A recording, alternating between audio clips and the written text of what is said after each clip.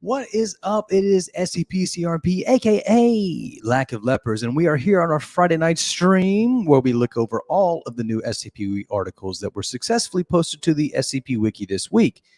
This show is really the weekend collapsible, as you can say. And in just a minute, there's my cough again. In just a minute, it's going to be the Lepers Harmony show, because here she is. Everybody welcome the one, the only Harmony. Hello, hello.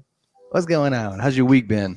My week's actually been pretty excellent. I've been messing around on TikTok, and I've been finding that containment fiction has a receptive audience over there. So I've been having fun with that.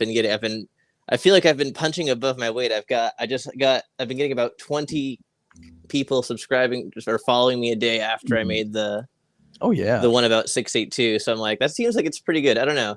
I have no frame of reference because I found that I actually don't really like watching TikToks because I'm like, oh my God, this is 99% absolute garbage and 1% interesting stuff. I'll just let other social media sites filter out the interesting stuff for me. They're already doing a much better job of that than TikTok is.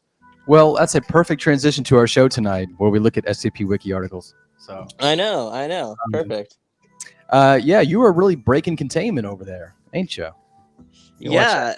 I already got blocked by Radiger and the Sherm though. So some things never change. Some things never change. Yeah, the most threatened people, the people with the most at stake, were you to get a little attention there. Literally, someone commented on my RPC versus SCP video today. They were like, "Your content is so good. How are you this small?" And I was like, "I only just started doing this 5 days ago." Y'all watch out. Like, good luck. You're gonna do good. Sleeping. Hey, y'all better get in early. Get in while you can. Let me tell you. That's what I'm saying. Like, I'm seeing that TikTok seems to be where everything's flowing from. So I'm like,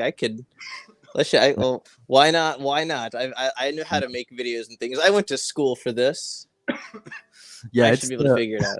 It's the hip place to be, you know. It's the place to see and be seen. So, yeah, good luck to that. I'm watching every video, and I love everyone that I've seen so far. Oh, great! Yeah, they're getting better as they go on, because I didn't know that I was able to do a digital zoom in it. So these next two that I'm going to make are a lot more dynamic, because I was able to like do actual editing and not just me standing in front of my board talking and editing out the parts where I cough or go quiet or say Yeah, no boy. Yeah, well, that sounds like a very accommodating platform. So excited to see what you'll be doing. Yeah, it's actually a lot of fun to make videos for. I think that you should try making some stuff just in like the video creator, because you can totally avoid it if you like when you open the app, it'll try to show you something, and I always just tab immediately to my profile to avoid it. I hear you. Because I don't like the flick up videos. I do that sometimes on Reddit because everyone's trying to be TikTok, and I'm just like, I don't like this up flipping, just vapid eye staring. I feel like it's leaning into the worst parts of my mental illness. I'm like, this seems like a bad thing for me to be doing to myself, but also I see how it could be meritorious as a content delivery system. So oh yeah, my gosh, I mean it is invasive, you know. It's really stepping up the game. So that's the name of the game, I suppose. So that's all good. Let's pivot. I know you already tried one pivot, and I kept going, but let's pivot back to all of our stuff here. I self-pivoted back. So let's see your setup. You know, every week it's do I have the whole board in frame right now? Can you see the whole board? Here we go. Let's move it back a little bit. How about there we go. Can I get it behind me actually? Let me do this without knocking over my mouse camera. Cool mouse you got there. Yeah, that's my Atari ST's mouse. Yeah, legit. My Jackintosh. Yeah, I like that. That looks good. Your colors very, very colorful, which is nice. Yeah, I was trying to make it so it would stand out a little bit better on camera. Am I making it better? Am I making it worse? I think you're making it better. Just maybe adjust that camera back towards the actual. I can't. It's your right. Yeah. There we go. Yeah. Cool. That looks great. Cool. All right. Hey, how about that? All right. Well, good. Wait, let me turn I had my spotlight pointed. Let me point my spotlight back towards it. Yeah, there we go. Looks good. I'll maximize you when your whiteboard comes into play. Perfect. So you just let me know. All right, so let's take a little look at this week. So it started really on the 24th of June. That's when we started looking at these articles, and they ended last night at June 30th. And the one thing that may have surprised you, that certainly surprised me, but there's a very good reason for this, is that we have a lot less articles this week than usual. Only 13. Now I noticed that I was looking through my pile, and I was like, "There's one of these. There's only one in the whole day." Yeah, yesterday. Why do we think? I'll let the audience, ruminate on this for a second. Why do we think that there were so few SCP articles this week? Is there a reason for that? Golly, I couldn't fathom one. Yeah, what could that be? What happened this week? Oh, I heard there was something about some kind of a big number contest that they have every year. Which number? Was it like a? Well, one of the things I looked at today was a number 7K. So maybe it's got something to do with that. Yeah, so it's almost like when you have a tidal wave, or an earthquake, and then the shoreline kind of folds away, and you're kind of looking around like, hey, don't go play in the shore, don't go play in the receded shoreline, because all that water is going to come back as a tidal wave, and it's coming, and so it's nice. It sure is a little relaxation of the quantity of work that we got to do, but it's gonna come back. It's gonna hit us. Oh boy! It's gonna. Oh my god! You better watch the 7K contest is gonna be bad. Although I already have in mind a video. You could make a video of like 2 seconds. Do you ever watch Filthy Frank on YouTube? Never. Okay, so he had a bit he would do where because this was very not PC comedy, but it was hilarious. It was very funny. It was very very very subversive, very funny, very crude, very jackass. But he had a bit he would do. It's like a whole like sizzle reel of just bit after bit after bit of just doing different stereotypes. Nice. And the funniest one that he did, which felt okay laughing at as a person who is seen as designated as white in our society, was he would have every single one of it, the Asian ones, he would be like, "Welcome to the rice fields, motherfucker," of him in a rice field with like one of those triangle what have you kind of hats on, and doing like the most garbage New York like smoker cabbie voice, and it would kill me every. And he would do like 100 of these impressions in a video of different ones. And then he would sprinkle those in, and I don't know, something even now it makes me laugh, but something about it 14-year-old me, it absolutely. But anyways, I want to do a big sizzle reel like that of just different 2-second bits. Oh, that's a great idea. Of all the once all the interest in once there's more than 100 of them, as I predicted. Yes, absolutely. I'll join you in that prediction. Over 100. The over under, let's say over under maybe 100, 105, something like that. I don't know how over under works, but I'll take it. I'll take those odds. You'll take it. Yeah. It'll be fine. And we're talking about surviving ones. Okay. Speaking of which, I'm just trying to think of how many non-surviving ones there's going to be. Usually, I don't know. Historically have there been many? I don't recall there ever being. I remember there was like a mild one, but I think that regular contests attract more just because like. You're competing for the 7,000 spot, so people, it's a little more, or at least seen as a little more daunting, maybe. Right. They're a little less eager. You would think, but no. In fact, in the idea forums for the SCP Wiki, there's like 10 7K ideas trying to work their way through that system. Oh wow. Yeah, and they're not. I mean, hey, I don't want to. Well, we're still in the early phase. We'll see how many of them get past this embryonic level. Yeah, it's a vulnerable time for them. We'll see. All right. So, Harmony, I believe you took the 24th of June. I did. Okay, I did indeed. Now, the first one that I have on my list is SCP-6631. Lost in My Absent Self. Okay.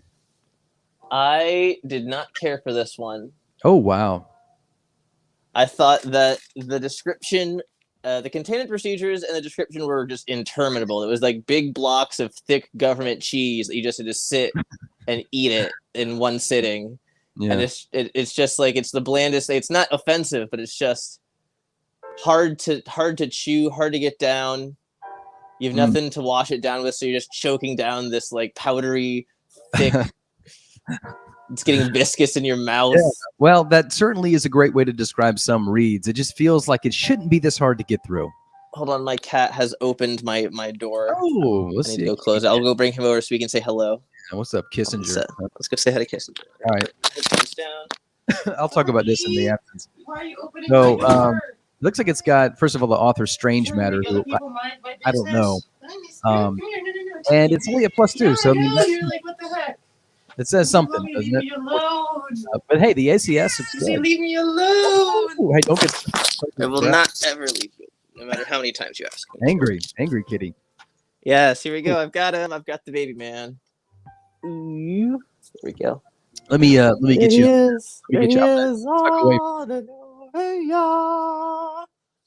he is. Beautiful kitty. Just a little camera shot. Doesn't want to look at the camera. You know. Yeah, here. Let's see. It knows. What's up, buddy?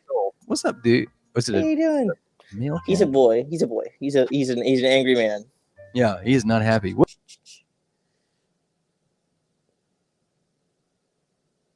That's easy money right there. That's good for a TikTok, I guess. Yeah. Woo. All right. He's gonna bite me, so I'm gonna put him down. Yeah, you can only do that for so long. Oh yeah. Commendable. Your duration. He puts up with me because he likes me a lot. He will not put up with other people doing that for even 1 second. Yeah, you got to have a special bond to not be eviscerated. I have a very close bond with this cat. I have actually helped him through a lot because at one point he's allergic to normal cat food, and when he was sick with it, I was the one who combed all the debris and detritus he got from his allergic reactions out of his fur. And ever since then, he's decided that I'm his favorite person. Wow. Well, hey, that's love right there. I do love this cat. His weird shaped body. He doesn't have a tail. Does not have a tail. Not have a tail. All good. He's a Manx. He's just born like that. Born mutant. Gotcha. No adaptation required to the loss of a tail. All right. Well, he does have an adaptation. His back legs are bigger. Oh, cool. So he jumps. He walks. He hops around like a rabbit. That's pretty cool. He's a very funny gait. He's a very funny boy. Okay, yeah. But yeah, this article I didn't really enjoy it. Okay. I appreciated that some work was put into the containment procedures, but the whole thing felt like they wrote it out in a first draft, made grammar edits, but didn't actually go through and like fix up their sentence structure. It's just interminable to read. And I felt the logs were very melodramatic, and I couldn't take them seriously. It felt like it was like, Dick Tracy going after Hammerhead in the Warren Beatty movie. I don't know. Yeah. Oh, wow. I just happened upon a line that, once again, you don't want to judge a book by its, quotes, I guess. Oh, there's wait. Okay. No, there's one. Okay. It's not this one, but there's one of these articles where I wrote down a line in it that I want to share. It's not this one, but that reminded me. Yeah. Okay. Somewhere on this board. Yeah. Oh my gosh. I just looked at the scroll bar.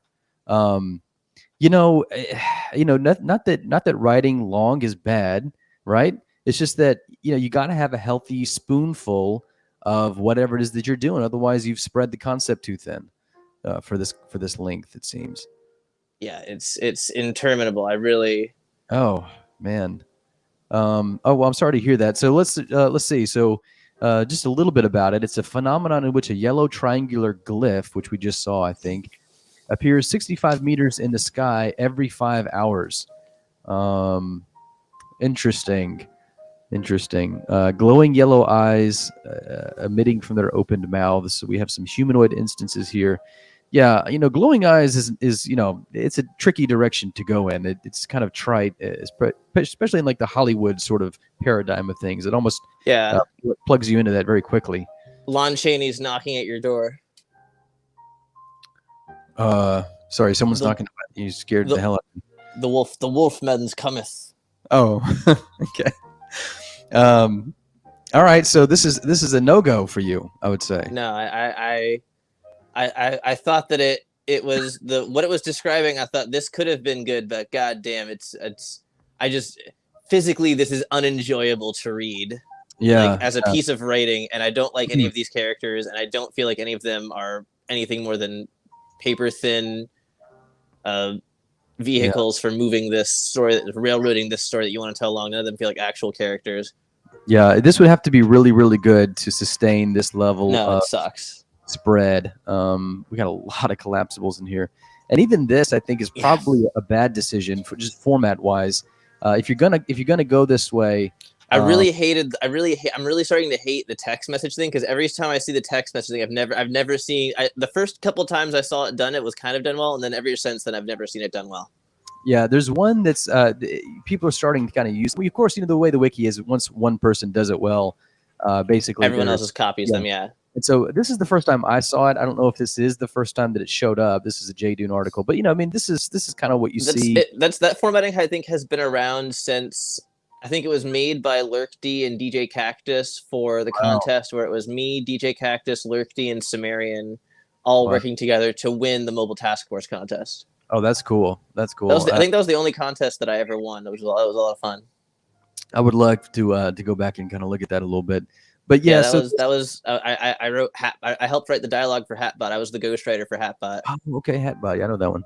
And by being the ghostwriter, I mean I went and I sampled all of his dialogue that he actually had from the old snippet from chat logs, and I modified them and mutilated them to make them dialogue. Now, Hatbot wasn't just an old chat. Yeah, bot? was a chatbot, a quasi AI program that would take things people said in chat and cobble them together into sentences, and it became frighteningly sentient, and it was very infamous for years, and people would write tales about it. That is so cool. So I was wondering where that came from. I've seen Hatbot around. I know that DJ Cactus had an article about that. So I'm an uncredited co-author on all of those articles. Cool. Well, congratulations. Yeah. There's the most fun thing was writing Hatbot's dialogue. He was before there was that Dr. Spanko. Hatbot talked like that and was way cooler, and also is a hat robot, so he's better. What happened to Hatbot? No fucking clue. I guess people just stopped using him. He was like a legacy character when we used him, so we kind of brought him back, and I think people used him for a while, and then I see. I'm sure he'll come back into fashion again someday. I'm still waiting for fucking Telekill. I'm amazed that people haven't gone back for Telekill, because Telekill rules. What is that? Telekill Owlet was like one of the first like meme articles. Like, you can't use Telekill in containment; it makes it too easy. It was like a medal that blocked anomalous phenomena from getting past it. Like, it would block anything that wasn't, It's like phlebotomium. Yeah, exactly. It was all-purpose plot installation material. Before the Scranton reality anchors, there was Telekill, and I kind of like Telekill. It's gone. It's extinct. It obsoleted itself. I already know. Here's how the Telekill rewrite should go. It should be because all the steel that was made before the nuclear bombs is affected. So you want to get that like pre-World War II steel is the steel you want to get. All that pre-World War II steel is actually Telekill, and that's why it's so actually coveted.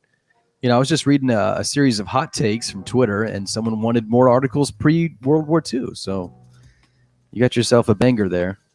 Were you with those? What's his face's big long grievance list? Rastallion. Yeah. There's a couple. I responded to a lot of them, and then he blocked me because he was getting tired of me. How dare you have thoughts? I know. Well, if you're gonna have like a 200+ post Twitter thread, and you don't want people to respond to it, why are you making a Twitter long post public Twitter thread? Well, I think it's just such a bittersweet thing, because all of those Twitter sort of games are meant to sort of boost people's stats. Like, hey, if you comment, I'll flatter you in the sort of putting you into a category, like some kind of it's like a reciprocal client patron relationship both ways. And so I think Rastallion probably got a little more than he was bargaining for. A little too much bite. Not enough chew. I was expecting someone to respond to all of these. Fuck. Yeah, there's a lot of them there, and I think there's a couple good ones. It's just there's a lot there, and you really got to pour through it. It's almost aneurysmal to get through all the content, which kind of reminds me of what this is. So let's go to our tier list here. So this is SCP-6631. Where would you put this one in this tier? Remind me of our tiers again, because I can't actually see your screen. Because it's in portrait mode, so it's like only the top third of my iPhone is showing your whole desktop and the preview over there in the corner for me. So I can't. And also, there's a blinding light in my eye, so I can't see shit. Yeah, these things are two blinding lights in my eye. Actually, there's this blinding light above my eye, blinding light below my eye. Okay, but anyway, tell me the tiers. Well, no, you're right, because I think everybody needs a little reminder. So at the very top, the very best is weightlifting the whole SCP Wiki. Absolutely not. Yeah, and then the next one down, which is still above average, is Array of Hope. So these are good articles, not great ones. And then, of course, the middle one is Meh, which what can you say? The famous, I hate to mention this guy, but the famous Admin Bright rebuttal, to a bad article is just Meh. Anyone could have said Meh. It just happened to have been the creep. Yeah, it's a shame. It's just a shame. And then the one below that is So Bad I Didn't Finish It, which is a valid thing to do. I mean, my analogy is I hate to say that I did finish this one. Yeah, I didn't enjoy it. Almost worse sometimes, isn't it? I feel I should have given up. This is where it should have gone, but I kept going because I was punishing myself for no reason. Man, we need another category that says so bad I shouldn't have finished it. This article counts as self-harm. Yeah. Okay, so that's what the last one is actively lowering the bar at the SCP Wiki. What's the one above lowering the bar? So bad I didn't finish it, which is kind of technical. Actively lowering the bar just because I did finish it. Like, we gotta be, if we're gonna be technical about it. I think we could probably fudge that just a bit. So if you did finish it, but you wish you hadn't, like really badly. Okay, yeah. If I finished it, but I regret it, so let's go and didn't finish. It's not actively lowering the bar. Unfortunately, I think this is about on par. Yeah, and it really the rating. I mean, the rating, doesn't really matter. It's just a metric of how people are liking the directionality of the wiki and encouraging that or discouraging that. And this one really hasn't done well. I think it's +2. So, it's yikes. I mean, how dangerous, how bad can it be for the wiki if they seemingly understand how this article is not a great example? I don't know. I'm like, who sits down and reads this and is like, yep, a good article. This is worthy of me supporting it publicly. Well, so this is a second article. If we look at the comment, the sophomore slump. Yes, sophomore slump. That's a good way to put that. Yes, the old proverbial letdown. Anyway, who's our unlucky sophomore here? Strange matter, but that's not a reveal. That was the problem with advertising yourself as the author up front like that can go both ways. And so in this case, I just let my eyes go over that. I do not intake that information, and I do not. I purposely do not retain it because I do not want to know. That is a talent. That is a very difficult Zen-like skill. That is an ADHD. Good ability, I think. Yeah, it's working for you then. Okay, so yeah, I mean, we have like old kind of spag things, amnesiac versus amnestic, which is a technicality, and it's not really that big of a deal, I guess. But yeah, a lot of spag stuff, and it sounds like your crit is more substantial than what the crit on the article is, which is another good thing about this show. So I appreciate that. Yeehaw! Well, I hope that maybe they'll watch this someday, and it will help them with their next article, because it doesn't seem like they're. If you've written this much, you've got enough motivation to be a good writer. You just have to plow through a bunch of articles that are crappy like this before you start writing good ones. That's just how writing works. Absolutely. We've all been there, and honestly, we'll all be there again. Hey, we're not above writing bad articles. Yeah, we've all got to keep our knives sharp. If we don't cut them for a while, it'll get dull. Like I just wrote some containment fiction recently for the first time in what felt like a good little while, and I'm like, oof, all right. Oh, cool. All right, yeah. You got to keep writing, everybody. You got to.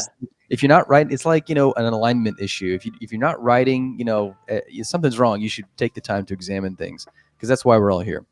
Okay. So next one, the same day, the 24th, SCP-6367. This one I'm a little intrigued by. Not that this is too much of an indication, but we do have a lot of comments going on here. Here lies an ordinary chair. I thought this one had terrible pacing. I thought it jumped straight from Act 1 to Act 3 with no middle ground. So it doesn't earn any of the stuff that it's trying to do in the end. It's technically well written. Yeah. It's readable. You can read through it. It has things that happen in it. This chair escalates too quickly. Goes from a comfy chair to the multiverse in one addendum flat. That was my comment that I wrote on it. Really? Yeah. I'm trying to find that. I would love to be able to pinpoint. It's like a chair. It's like this. It's like an agent sits down in it. It's really comfortable. And then the next addendum they're talking about, like it's in the multiverse of all the different places where he could be sitting in this comfy chair. Like it feels like it's leaping and bounding. The SCP Foundation's leaping and bounding to conclusions. Nice. Yeah. And it doesn't. It feels very, very cartoonish. Yeah, and I think, unfortunately, that's something that I'm kind of picking up on here, too. That's a great way to put it. It's almost as if the characterization of the Foundation here is one that is just completely uncareful at its job, just borderline incompetence. They're characterizing the Foundation like they're G.I. Joe fighting, and the anomalous world is Cobra. Like there's no longer any... No one sees the Foundation as being anything like the evil organization or the bad guys or anything like that, even though they're ostensibly doing human experimentation and killing people and doing all this other awful shit. The Foundation in people's minds seems to be like, somehow they became quote unquote the good guys in the writing. I feel like, because that's the only way that I feel like this type of characterization and playing out makes sense, is that they look at it like it's a Saturday morning cartoon good guys going out and saving the world from the anomalous once again. Yeah, it's almost like the thinnest of motivations will get you through. I mean, I think that at some point when you're writing an article like this, there's a tremendous amount of inner voice sort of dissonance that you would have to push through, because at some point, once, like you said, this is obviously just from glancing over at a technically well-written article, but at some point you have to sort of silence that in order to get to the point where you're wanting to post this. And I think the only thing that can pull you through to that sort of place where you would want to post something like this, despite it having those qualities you just talked about, is, hey, I think people are going to upvote this, and it's going to be funny, it's going to be good, people are going to love this. They don't really care about those things. That was a poisonous attitude that I had for so many of my years of writing it. So if it's good enough to post, then I'll post it. I don't care if it's as good as it can be. Well, let me just kind of point this out. So it's odd. I see the word funky. Which I will say real quick. Do not endorse that. That's a bad. Don't do that. Thank you. Don't chase the adulation. Don't chase the. Don't chasing the clouts. Building a sandcastle in a storm. There you go. You heard it here. You heard it here. But yeah, I love that. I love that message. It's a good one. So just looking at this description, the chair does not exhibit any outward anomalous effects, which is already a little strange. Red flag. And the problem with this, though, is that once again, I read the whole SCP Wiki. I'm reading it all over the place. And if you know anything about that first step that new authors have to take with the green light process and whatnot, they will. It's actually very, very rigid at that level. I mean, and they have to be, because these are new authors. But they will say things like this. They'll say, well, there's no anomaly here. Like, your anomaly isn't actually anomalous, and that's a problem. And so they will refuse a green light for that purpose. And so it's just interesting to me to see that once you've escaped that sort of confinement of, hey, you're not good enough to write this way, once you get past that strata, there's really very little rules. Yeah, you can do whatever the fuck you want if you already have a built-in cadre of people who will buy into your bullshit. You can write whatever you want. Yeah, and I think a lot of people have probably leveraged that in a sort of hacking style of operation. We've seen that a lot. People really explicitly admit that, but it's just, every once in a while, it's just a little depressing and upsetting, because it seems as though the direction of this project is going in one that does not value writing. It's everything but writing in some ways. Yeah, it's a trend that's been growing and growing ever since I first joined the wiki, since we moved from the original theme to Sigma 9, and people had the idea of like, oh, now we can do stuff with this. Nice. And the different themes and things like that. Well, that's interesting, because we are seeing a little bit of an explosion with new thematic elements, particularly visually. And I wonder if that has something to do with that. It's a very interesting correlation there. Potentially. I mean, you always think that they've pushed Wikidot as far as it can possibly go. There's no way that there's anything new that they can do to like make these pages look different or funky or this stuff that slows it the hell down. And then they find shit that'll make it look as dazzling and make the page slower than you could possibly believe. Yeah, it's just such a bittersweet thing. It's amazing to see the ingenuity, but at times it feels like you're moving farther away from something that people have just decided to not care about anymore.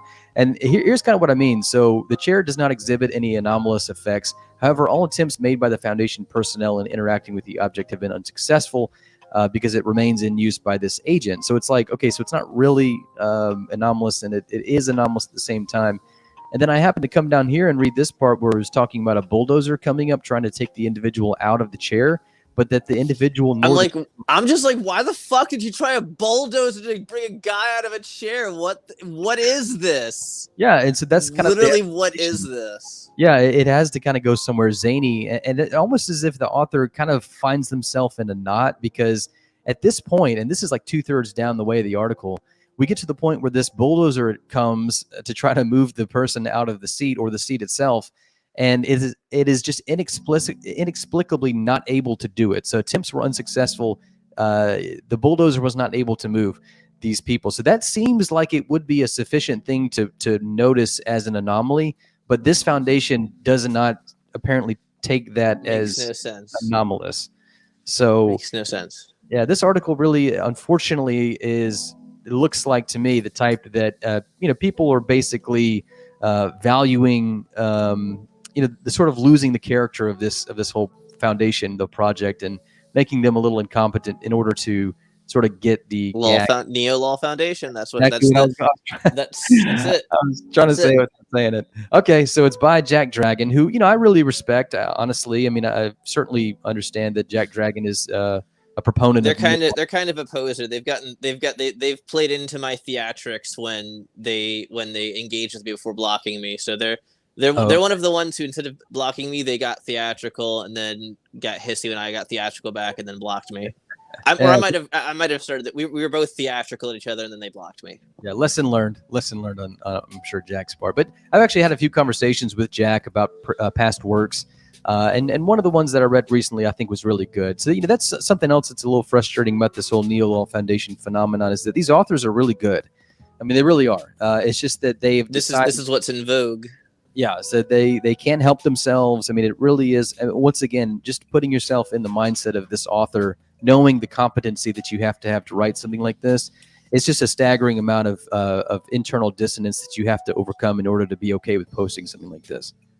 I think it's something. If you have, hopefully you have. I mean, can you be that? You could also just be this guy and also not really have the cultivated taste enough to recognize what is actually working, what isn't working. If people are praising you, you might be like sleepwalking, thinking this is good enough. If people say it's good enough, I should be happy with this because other people say I should. That's the only metric they have.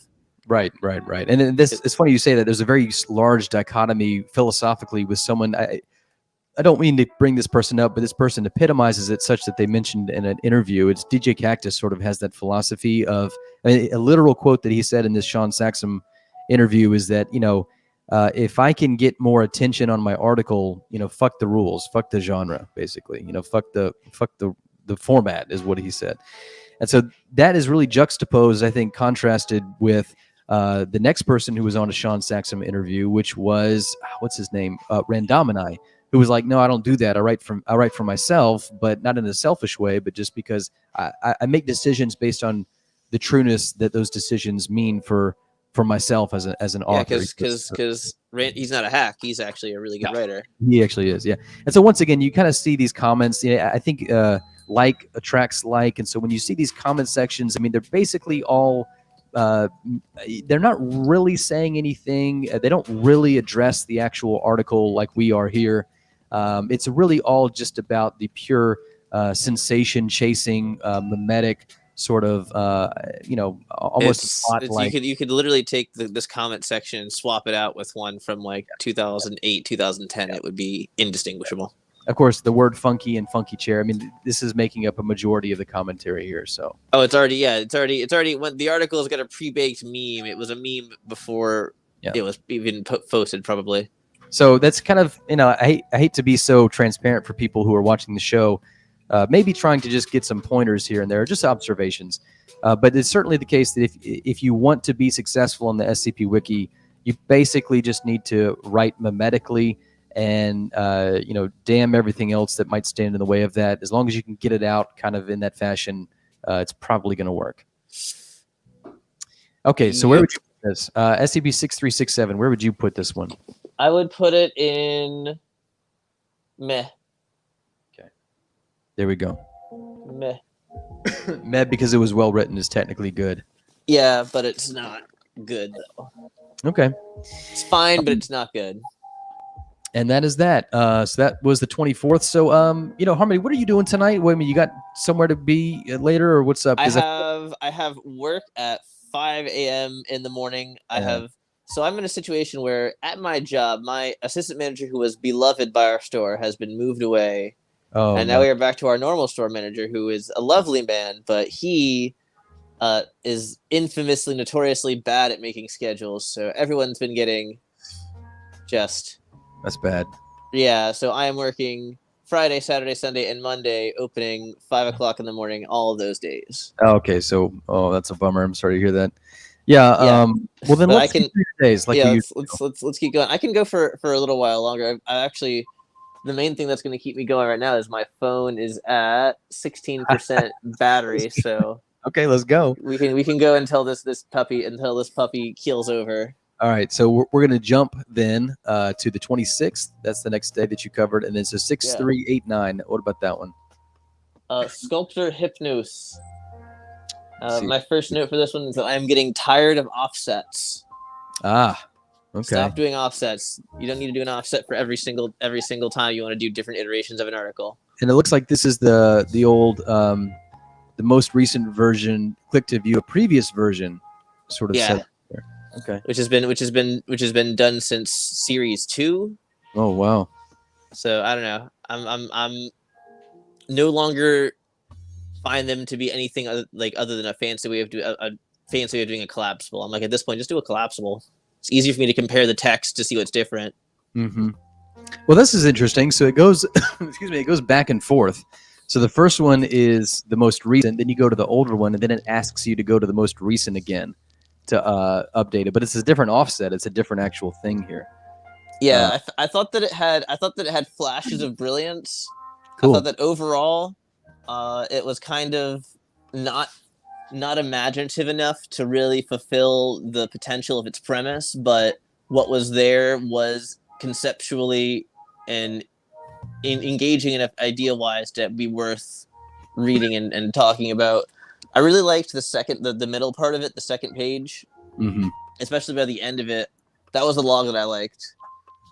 Okay. This is one of those nice ones where it takes existing documentation and kind of has fun with it, kind of tweaks it around, makes it funks it up a little bit. Yeah, funky. Well, that's the word of the day. All right, well, good. So this is by Agisuru and Testaffer, and we obviously know Testaffer. We do know Testaffer. I've heard his name enough that I'm like, yes, this guy keeps popping up every week. He must be doing something. But he's the Porridge Man. Porridge Man returns. So here he is. And then Agisuru is actually a relatively new author, but has done some very good work. I think maybe in the handful of articles they've done recently. So it's nice to see somebody catching them like that. So good job. So okay, so SCP-6389. Where would you put this one? I would put this one on. What's above meh? What's the fun above meh? Hope. Ray of Hope. Yeah, I thought that it was the strong parts outweighed the weak parts. I thought that you probably could have done this all on one page using maybe like some strike throughs and stuff to show different changes, but I didn't really mind it. I'm just being the quibbling on the presentation is not really a deal breaker for me. I liked the content. Yeah. And more of just a little annoyance, maybe a little irk. I'm just a curmudgeon, and I'm tired of offsets. I've been seeing them for 10 years now. Like, figure something else out. Yeah. Hey, hopefully not too long of a story, but were you around when the first offset was used and it was like, holy shit? Yeah, it was Escobar used it in his Minotaur article, and also in the island of Eastern Samothrace that would change randomly, and you would get like a different version of it, and then you have to like. You had an idea of like either this is a terrorist state or it's a refugee state, and it would pit people against each other. It was a pretty fucking sweet article. Escobar, I'm sad he was a creep because he wrote some damn fucking good idea for articles. Yeah, good author for sure. Parable of the Wayward Prince is an underrated tale series. Not enough people have read Parable of the Wayward Prince, although I will refrain from praising any more stuff from a pedophile because he's gross. I hear. It's just a shame how talent doesn't seem to be distributed. You don't deserve to be this good. Fuck. Yeah. Oh, yeah. There's a lot of people like that. It's really sad. Okay. So, but yeah, too true. You got to give it to these authors that looks like they got a ton of crit. Which is hard to do. It's really you really almost got to bother people to get this much crit. So yeah. Yeah, I thought that the evil speak of their entity, I thought was kind of boilerplate. It didn't really feel unique to this. It felt like you could take it and take this dialogue and replace it with different kinds of monsters and monstrous language and talk about the dark one is coming.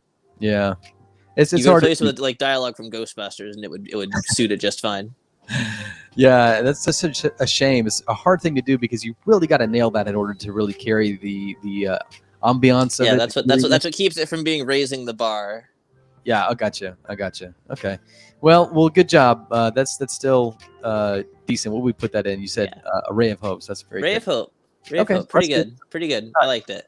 SCP-6914. Let's check that one out. Untitled. Oh. I was ready to hate this. The first thing I noted was I hate these containment procedures. Let's just read it. It's one sentence. All previous procedures have been halted pending further investigation. Like, what the fuck? That's a cop-out. Yeah.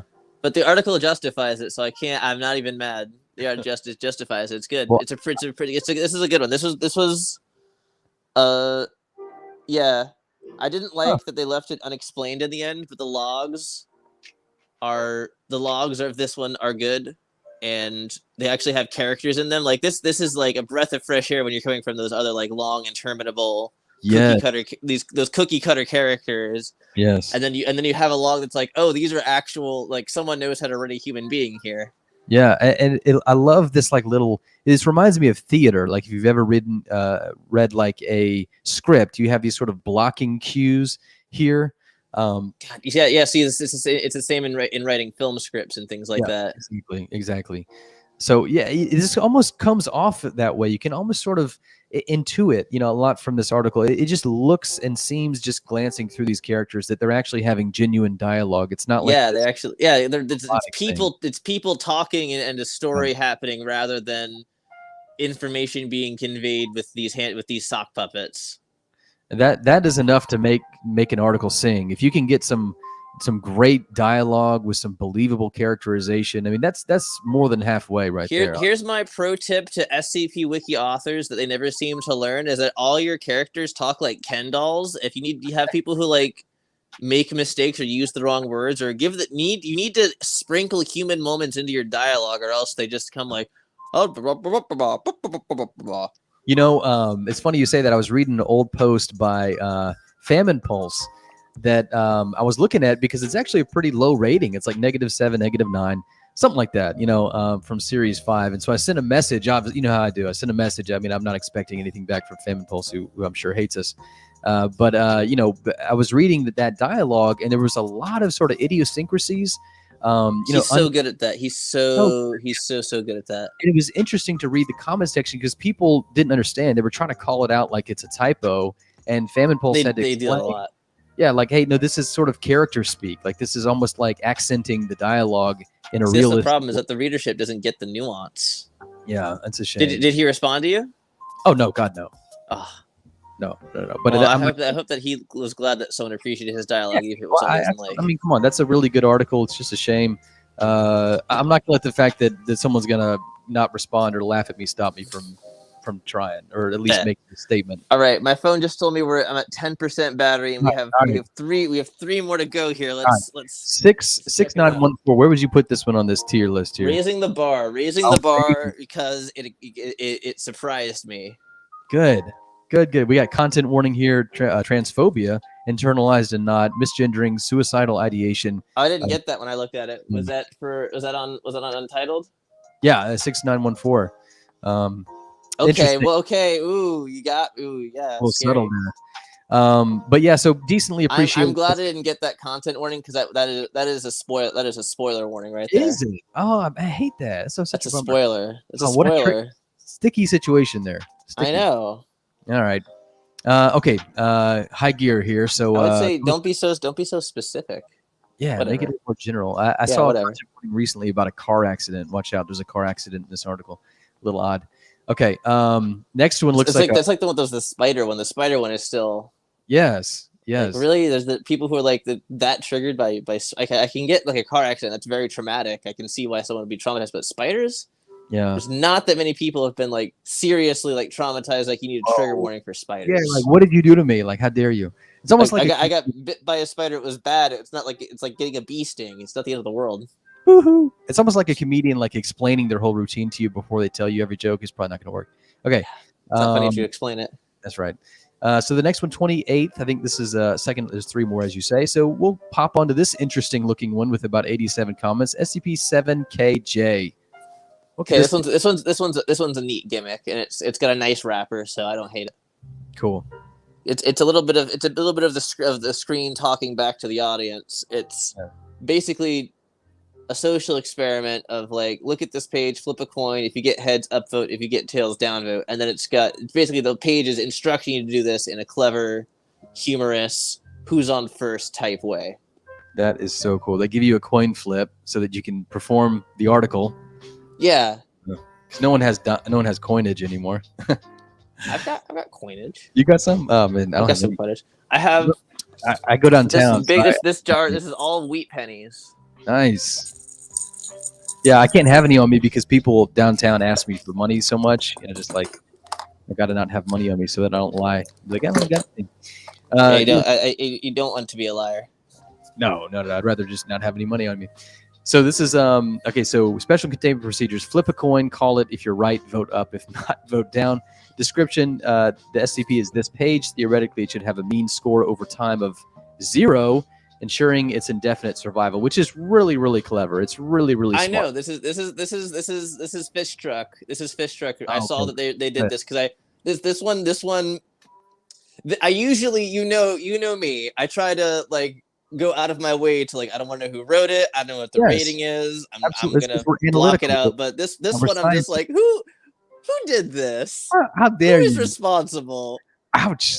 You rascal! Hot, yeah. So I love that it's like plus 22. So it seems like people are, which is funny. I noticed that they sort of like they get really philosophical. It's getting tilted. It's getting tilted.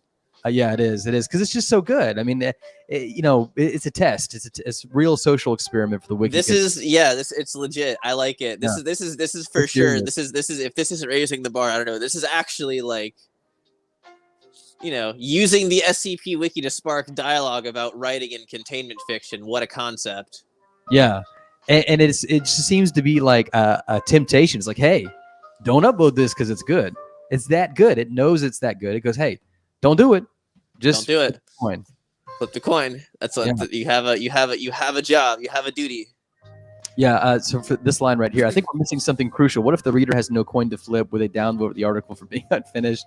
If people downvote the article for being unfunny, they just address all of those what are typically insecurities, and they really fortify them in the context of the framing device. And it's just a brilliant, elegant move. This is the first J I've seen that is something that is at the tier of something that Salmon Corbett would have done in his prime. Oh, what praise! This is a Salmon Corbett tier joke article. This is fantastic. And then the jokes continue with preferred slots. It doesn't get the actual 7,000 slots. Yeah, God, this is God. I'm so happy because this is someone who would have been banned if I hadn't intervened and been like, no, they seem cool. We should be nice to this person. Yeah, I think that, it's a little bit of an iceberg story, but I think Eleni, excuse me, I hope I'm saying that right. Eleni had a little bit of a rough start reputationally, but then really kicked it into high gear, and as we know, took care of basically all of the licensing issues. Yeah, I gave them a task, and it turned out that they can chew through jobs really fast, so they got a lot of tasks. That's really cool. And then they even do this. This is so cool. Because this is obviously the metric that will kind of split up people's upvotes and downvotes for them regarding an article, which I've always hated, just as a needless analytic that encourages more self-referential and recursive sort of ego flattery and congratulatory behavior. But this is just the best way to possibly use it. I mean, how cool is this? I mean, I kind of want to write like a magazine article just about this article because this is the most interesting thing the SCP Wiki has done probably in years. And it's a great thing to see it kind of tied to the 7K. I hope that puts it on the right foot. But I hate to call out this article. I won't call out the author, even though I know who it is. But there was somewhat of a joke article like this for the 5K, and it was just abysmal. It was basically just this roulette code that put various well-known people's names into the article. They had the idea, but they didn't have the chutzpah to really follow through. I mean, these are some big brains right here. Big brain. Big Eleni, I co-wrote an article with Eleni once. Eleni, even when they started, knew what was up. Knew how it worked. Even this caption, 2 men in the act, and I mean, it's like, I don't know. It's so weird. It's just so weird. It's a great caption. It's 2 men in the act. I love it. This is the power of a J. This is a longer conversation we don't have time or battery power for right now. But hold on, we're at 6%. We gotta proceed. We got one more. We got one more here. SCP actually 2, right? SCP 6921. Oh wait, no, 2. You're right. Shit. Well, this one is at -5, so I'm not sure. Yeah, this one sucks. All premise, no punch. Cool picture. That's the review. All right, there's my phone on call too. So let's do this one more. We'll do it quick. 30th. This is SCP-6647. What you think? It's thin. It's weird. I thought it was just gonna be like a magic item, and then the logs happened, and they just kept happening. Oh my! This is what got me thinking. I know I've mentioned GI Joe dialogue a couple times. This was the article that got me thinking. This is literally like a GI Joe Saturday morning cartoon. They're going after Cobra Commander. Oh my! Yeah, I can see that. There's random action sequences. I just don't get like what the article is trying to do. It's like a spy thing, but it's also very goofy. It's like police academy spy hard type 80s comedy SCP article question mark. I don't get it. I don't get what the point of all it is. There's a lot of F words in here. Not that you know. Yeah, there's a lot of profanity. All right, so where would you put this one on the old tier list here? SCP-6647. I would put it. I did not finish this one. Okay, so bad you didn't finish it. Yeah, didn't enjoy it. All right. Well, Harmony, everything is coming a little bit to a culmination point here. So I have been paged. I'm on call, so this either means that I have to go into the hospital or I have to take a phone call. So this seems a nice moment for us all to wrap up. Yes. We couldn't have timed that better if we tried. Well, I want to appreciate you very, very much. Thank you again. Obviously, the show always love to be on. So thank you so much. Yeah. All right. One of these days, I'm gonna be on for like the whole 4-hour show, and it's gonna be a fun one. Yeah. Hopefully, we'll be only 3 hours tonight since it's so few. All right. Hey, appreciate it. See you next time. Take it easy. All right, everybody. So I do need to take a little bit of a break. A lot of things are happening around me. So give me about 5 minutes. We typically do an intermission anyway. Now's a good time to do that. So I'll be back in probably 5 to 10 minutes. You get yourself a drink, use the restroom, and I will be back, and I will see you then.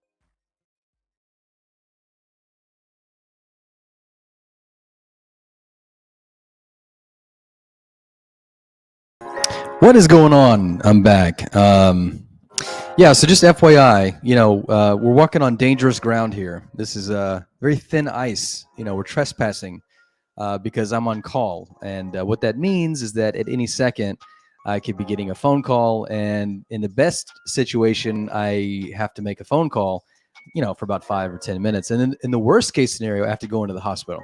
And that's just job security. That's just what that is, okay? So we have to deal with that.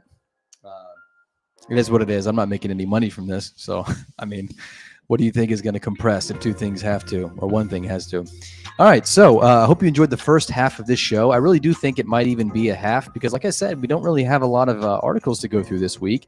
As soon as the SCP 7000 contest was announced, the entirety of the SCP Wiki productive class basically, concealed itself in anticipation of working on, the big one. So it's coming. It's coming. It's like a tidal wave. It's coming in. Don't go play on the ocean, the shore. It's coming. So we will get absolutely wrecked. We'll just have to make do. We'll see what we can do. It's going to hit hard. It's going to be very painful. Might drown. Don't know. I hope this show survives the 7,000 contest. I really do. But who knows? All right. So I hope you enjoyed the first COVID. I'm over it, but my airways are not. I hope you enjoyed the first half of this show, which I really appreciate, Harmony coming by.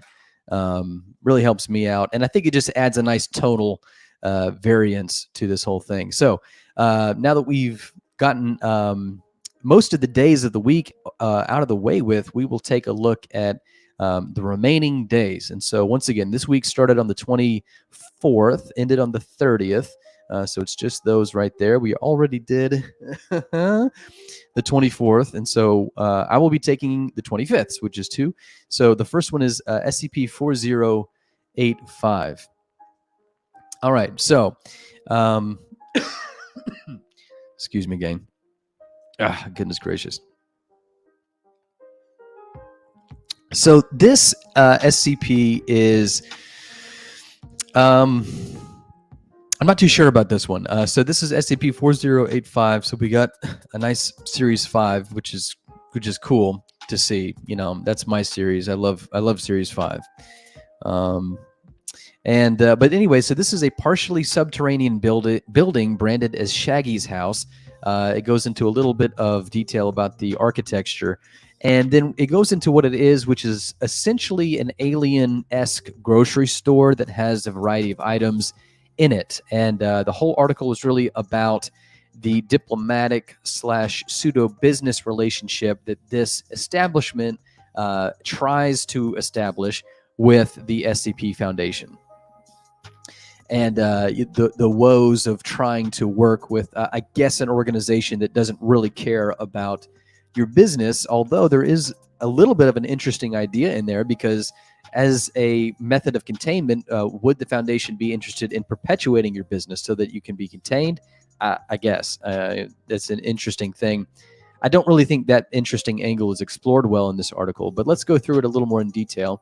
So the conprocs are pretty non-specific, but have at least one nice line of uniqueness to them, which is the last one. Personnel who disobey this guideline are ineligible for benefits from the Foundation Injury and Death Relief Program. It's basically a waiver that the Foundation is saying, or some sort of insurance company saying, I'm not going to pay for your stupidity. So that's kind of a nice little sentence that I've never seen before that I thought was pretty cool.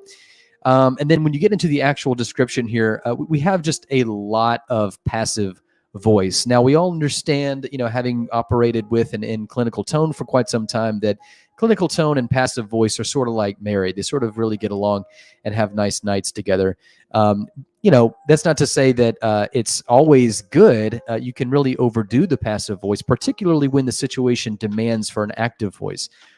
And so, unfortunately, without really pointing out examples, this bit of prose here, particularly from the description and onward, really overemphasizes the passive voice. It doesn't seem like it knows when to go to active voice. And that's always a tell of just some less than elite writing, because passive voice is also the reason why it sort of accompanies clinical tone a little better than other forms of writing, I think, is because it really establishes this sort of removed degree. If you take it more of in a passive way, it really sort of leans into the third personality of this sort of prose, as opposed to the first, which of course works a little better, I think, with the first person or second person. So that was something of a distraction to see. They really got in the way of sentence construction. A lot of sentences felt as though they were tripping over themselves, trying to do dance moves that they don't have the footwork for. And so that's unfortunately the kind of vibe. And then the real effect of that, the most unfortunate part about it, besides just my technical meanderings about this, is that it really gets in the way of what the article and what the author is trying to describe. So, I mean, if you struggle with your sentence construction, the ultimate effect of that is that I'm not going to really have a nice, clear picture of what it is you're trying to say. It's going to come off as very confusing.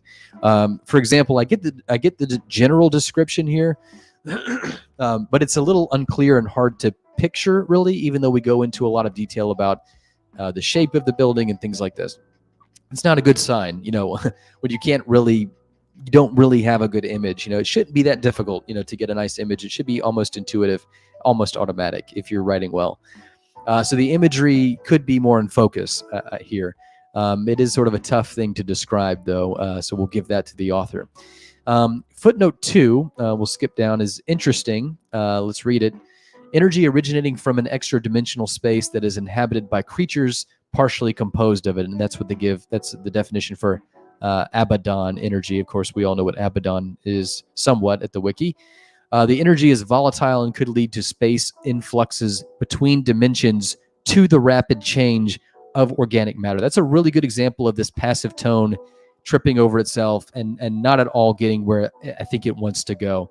I don't really know what that last part means. I can kind of strongman it for the author and kind of understand slightly what they're trying to say, but it does not come off easy.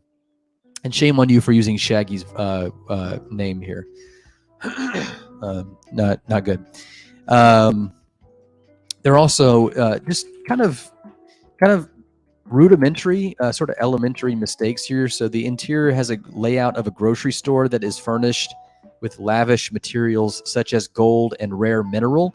That should be minerals, or a rare mineral if it's truly just one, which I can't imagine that it is. And then we also have capitalization errors throughout this.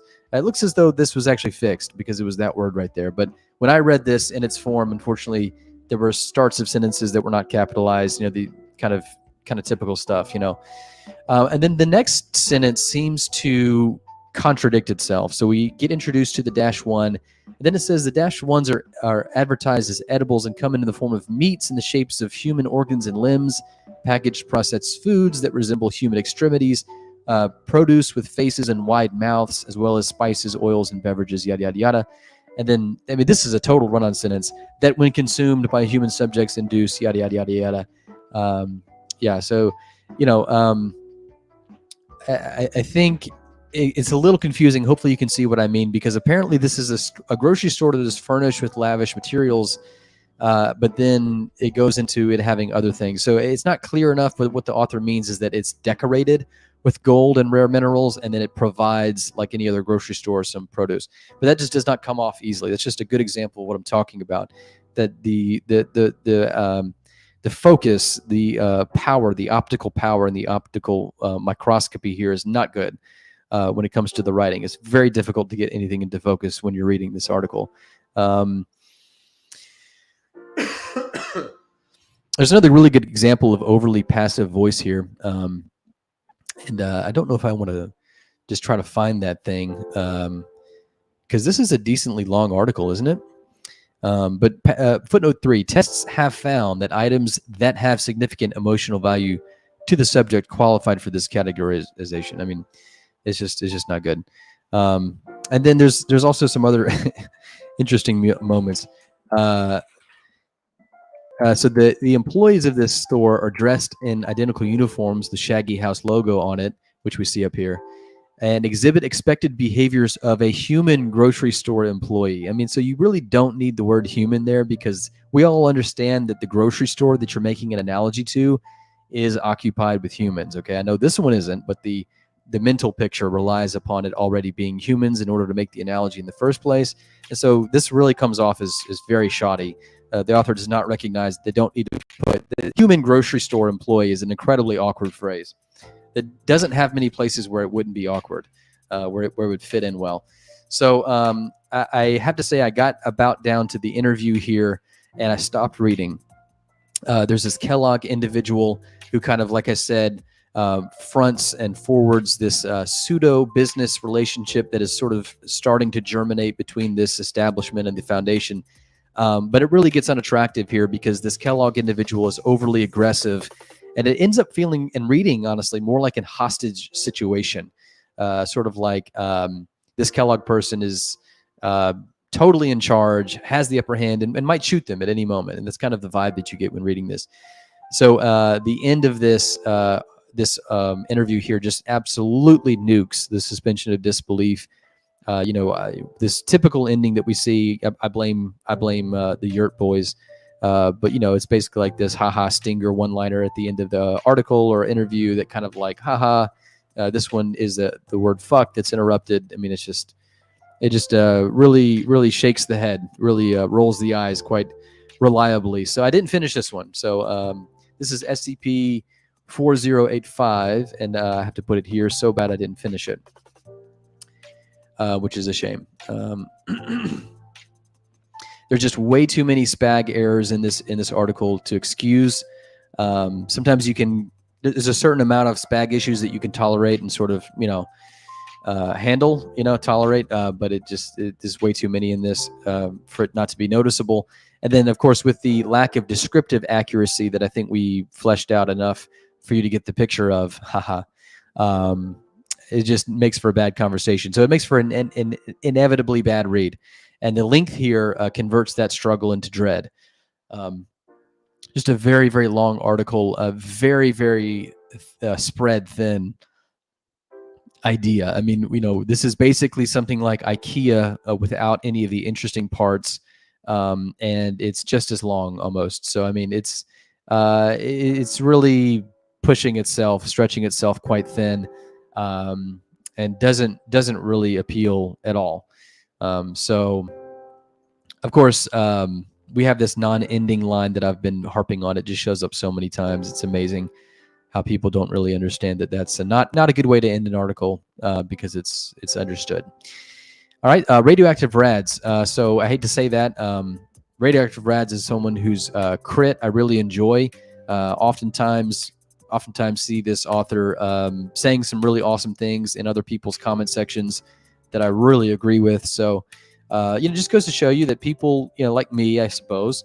Oh look, someone mentions this comes off as eerily similar to the staff, and yeah, but less effective in every way, I think. Yeah, so you can be a really good critic and not be a good writer. I mean, it's like any other sort of critic, right? I mean, the critic who's sitting at the restaurant table eating and basically determining the fate of this restaurant is probably a less talented chef than the one who's behind the kitchen, right? So that's just unfortunately the way it is. Sometimes people are better critics than they are writers. A lot of people would probably put me in that category, although I think it's because you just haven't read my stuff. But yeah, so radioactive rads, kind of nods to this. Grammar is a major weakness that I continue to work on. We'll try to spot them. So unfortunately, I just didn't think that the length was justified, and even on a short week like this, I just couldn't get through the jar of pickles. I had one pickle, and that was quite enough, I think. So anyway, that's SCP 4085. It's the next one for June 25th is SCP 6226. I think it's SCP 6336, but damn that SCP, because it ruined me. Every time I see a chiastic or sort of palindromic number, palindrome, of course, being the same, read either way, frontwards or backwards, like this number is 6226. I think it was SCP 6336, which dealt with sort of mirrors and reflectivity, and it's ruined me. Every time I see symmetry in a number, I think of it. And I just, it's a bad thing to do because this article is really, really good. I don't think that we're probably not going to get another chiastic or palindromic number that's going to be this good. In fact, 500 is pretty, it's going to get a lot higher than that. I think this is a really cultural article. It's very, very good. Anyways, sorry to follow up that act, SCP-6226. Sorry about that. Shouldn't have done that to you. But it's by to Staffer, who is on automatic fire, and some people are going to be taken with that. I mean, obviously, there's a certain amount. I mean, just thinking about the sheer productivity of someone like this, the sheer mental horsepower that somebody has to have to come up with these articles, this many ideas, and most of them be pretty good. I mean, there's certainly misses. Let's not joke ourselves. There's certainly misses from to Staffer recently. In fact, this has a little bit on the SCP Wiki of a selective process where you don't know how many bad articles they got posted, because those get deleted pretty quickly. There was at least one joke article that the Staffer did recently that sunk very quickly, that was attempted to be a J. I think it was the right decision to get rid of it. But so anyway, this one, so as you can see, the whole thing is incredibly swift. I mean, obviously we have a whole section here that kind of extends the scroll bar, but just the setup, is incredibly swift.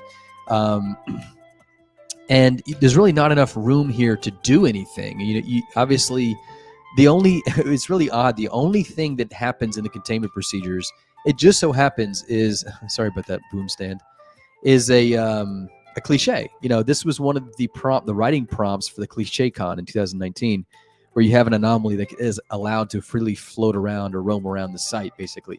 And so in the one sentence that's in the containment procedures, we already get a somewhat questionable direction, like immediately.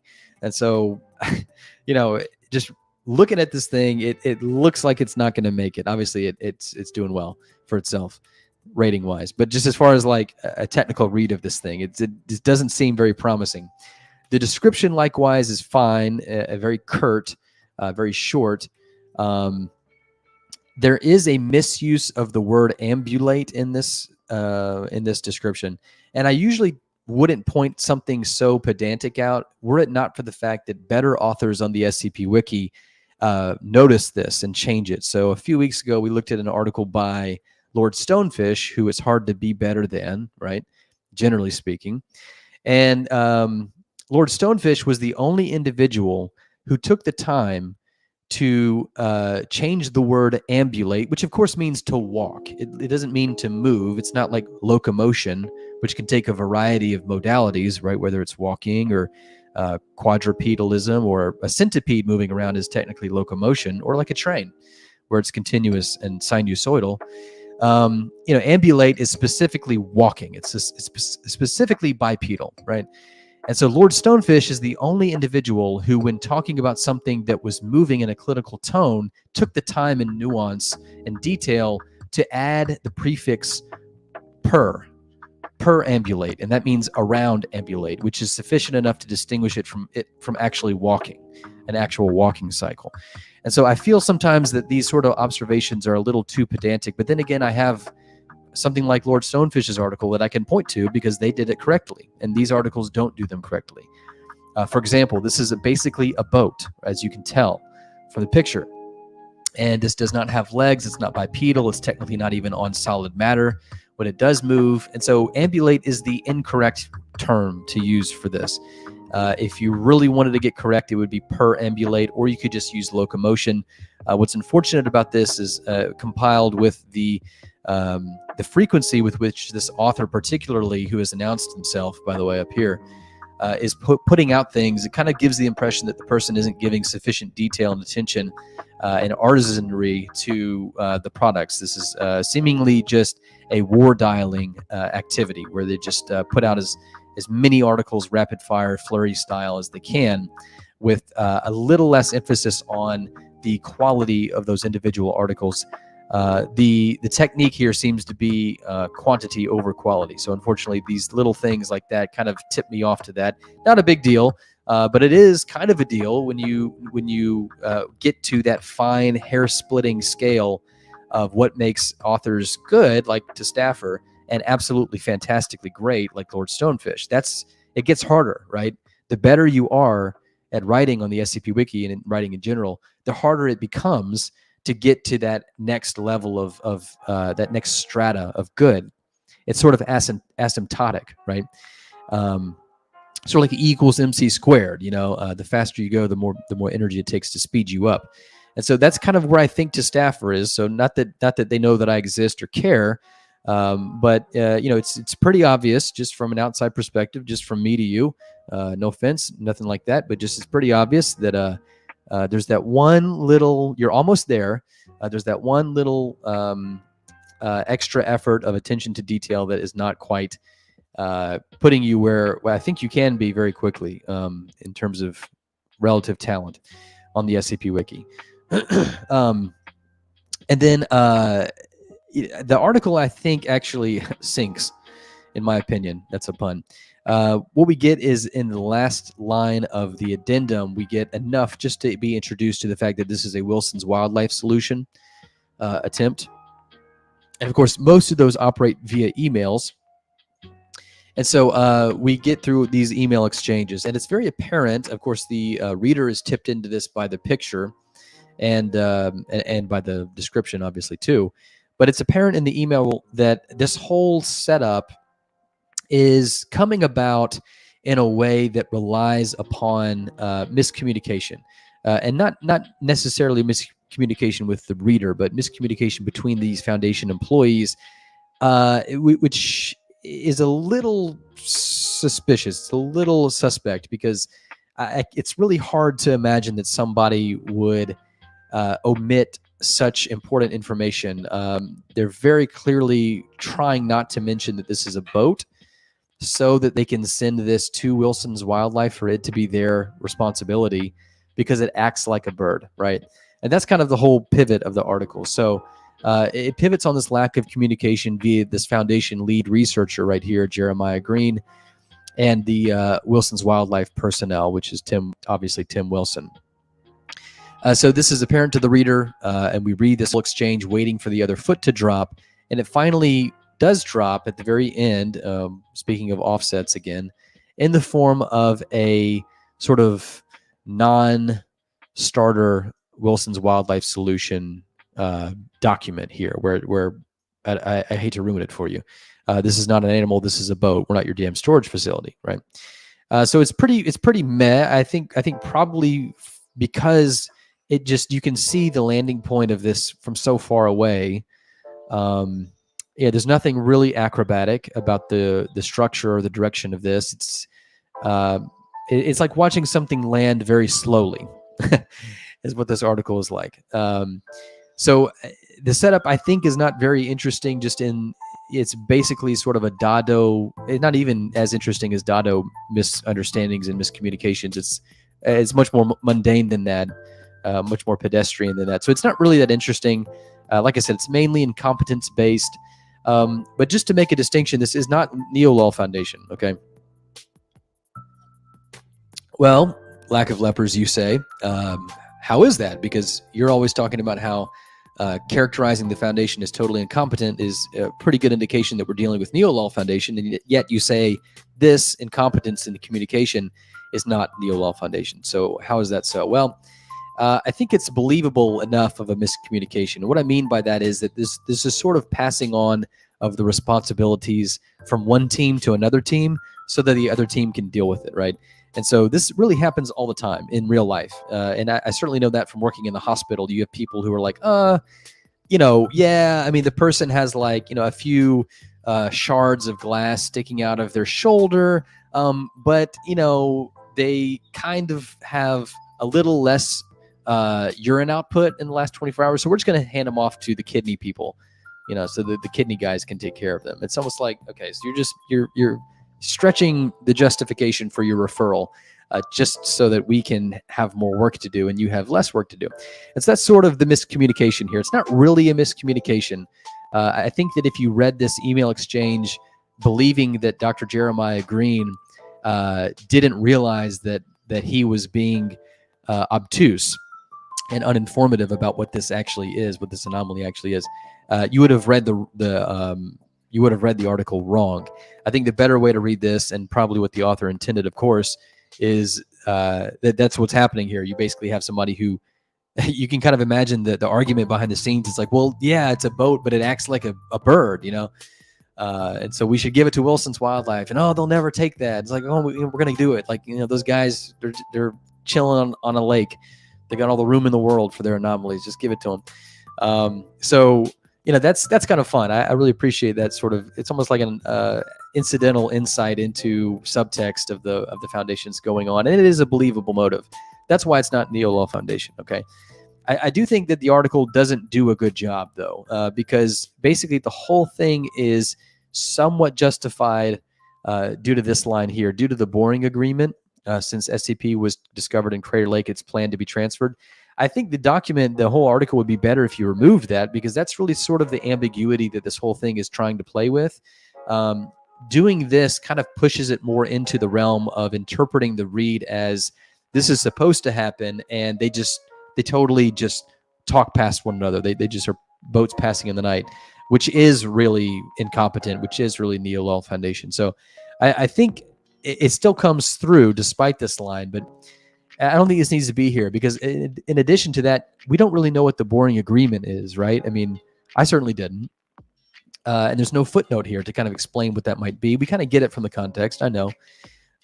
But, it just, I think it actually doesn't do very well for this article. So I think you really could just take out the everything in the addendum here and basically just have the addendum as the email relations. This article would have done a lot better just structurally and logically. Okay, is a bit of confusion here, and that's once again what I mean with there's that little bit of extra detail in these articles coming out of the staffer so rapidly that just they could be really, really good. It's just that they kind of hit the uprights, so to say. They kind of don't quite get there. It's almost there. So once again, I think ultimately the punchline of this article, when we get to the next page, the offset, sort of comes a little bit belated, and watching it take so long to land sort of throws the whole comedic timing off, since we already know the bird's eye view, that's a pun, of the article as the reader. So it's a cute idea, and something no one has really played with much. As far as I know, I haven't really read an article that kind of like, pits the Foundation, consult teams against departments against one another in this way. So I thought it was pretty cute, pretty clever.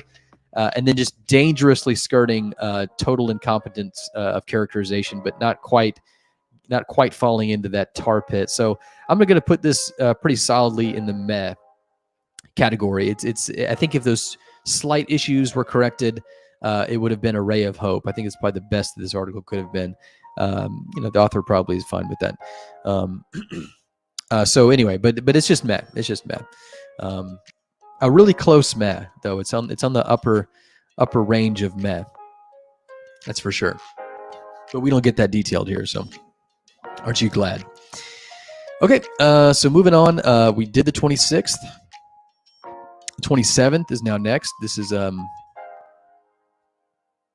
excuse me, SCP-6985. Let me make sure that no one has said anything, which they have not. Surprise. SCP-6985. Okay, so what are we doing here? What is my computer doing? Something happened to my computer. Okay, there we go. And something happened to the sound, too. That just happens with this soundtrack. Okay, so this is SCP-6985. That is a designation for an unmarked, bright pink spherical object attached to a small round stump, approximately the size of a bowling ball. That's not the stump that's being described. That's the unmarked, bright pink spherical object. That's a little bit confusing structurally, but that's okay. We can read through that. It's rounded and smooth. It's crafted out of an unknown, soft, and slightly adhesive material. Attached to a hole in the top of the object is a removable neon tag that reads "The Anti-Spider" in large, bold letters. So essentially, just from that description, this is basically one of those bowling ball fly traps. Ever seen these things? Yeah, here it is. Sticky trap ball. Let's do that. Sticky trap ball. Yeah, so horsefly ball trap. It sounds so wrong, but this is what it is. I mean, it's disgusting, but basically it's a ball that's a solid color that flies are attracted to, and you basically coat it in a adhesive, and it's like a fly paper, but it's making better use of the space because that's what a circle does, and yeah, and that's what it is. So that's kind of what this is, if you think about it. But anyway, the first description here, the one that we just read, is kind of convoluted. I think we pointed that out. And then the issue that I have with this article, it's not very long, you know.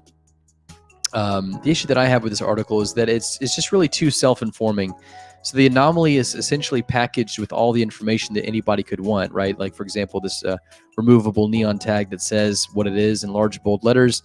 And then, of course, we do get a poster that comes with it, sort of an advertising poster that kind of explains it all. And so that's framed well because this is, by the time we read through the article, this is a product that somebody wants someone to use, that wants people to know what it is and be completely informed about it and quickly. So, I mean, in that sense, these overt descriptions and placements into what this thing is works. But it's not very good, you know, at the same time. I think it just feels a little heavy-handed, a little forward. And then, of course, we get a little bit to the rest of this, which gets pretty wacky pretty quickly. In fact, this thoroughly is Neo-Lol Foundation. I hate to say that. Actually, maybe I don't, right? But I mean, basically, so that oh, no, sorry. The back of the poster features a table detailing the numerous differences. Sorry, this is not Neo-Lol Foundation. I read that incorrectly. This is the poster itself doing this. I thought this was the foundation that had made this table, which would be bad. But no, this is just from the poster itself. It's from the source material. So anyway, it does get a little bit wacky. You know, this obviously is a little surreal, a little absurdist, making comparisons between this ball and how it is not a spider. For example, a spider is hairy. This is not at all hairy. This sometimes eats other spiders, and it does not eat other things. It eats thousands of insects each year, controlling the bug population in households worldwide. It does not do that. Yeah, so I mean, what's odd about this little last line, which is really supposed to be where the punch of this is that it kind of does control the bug population, because basically, like I said, it's that bug ball that, you know, so it kind of does. And even the oh, what happened to it? Hold on a second. What happened to it? There was a collapsible in this. There was a collapsible that had a scene of a girl on a phone Looks like the author took it out. That was a good idea. A girl on a phone who was trying to dial this number that came with this product, and basically had a bunch of bugs come in the room and all sort of get onto this ball because it wasn't. I guess the idea is that it wasn't a spider, and so these things wanted to go to the place where there is no spider, because that's like prime real estate or something for bugs. So now that the author actually removed that, I think this article is much better.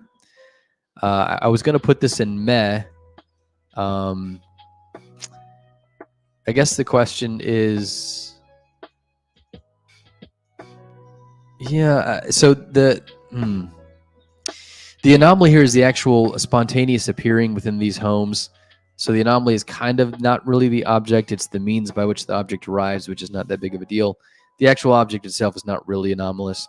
They don't know what it's made of, but, does that really count as an anomaly? No, it doesn't. So I think this is probably still going to go in the meh category, SCP-6985. I just don't feel enthusiastic enough about it to put it into the ray of hope. I certainly don't think this is like anything astounding for the wiki, but I do think that the article is vastly improved by removing that last scene, where the it looks like as though they removed that. So there's a couple of good comments here. To Staffer says something. I'm always hesitant to read articles by writers who don't have author pages. Oh, come on. I was very pleasantly surprised by how much the comment is totally unnecessary as well. But that's a very close-minded way of thinking. Then I got to the audio log. But see, to Staffer, I think gets this right very well.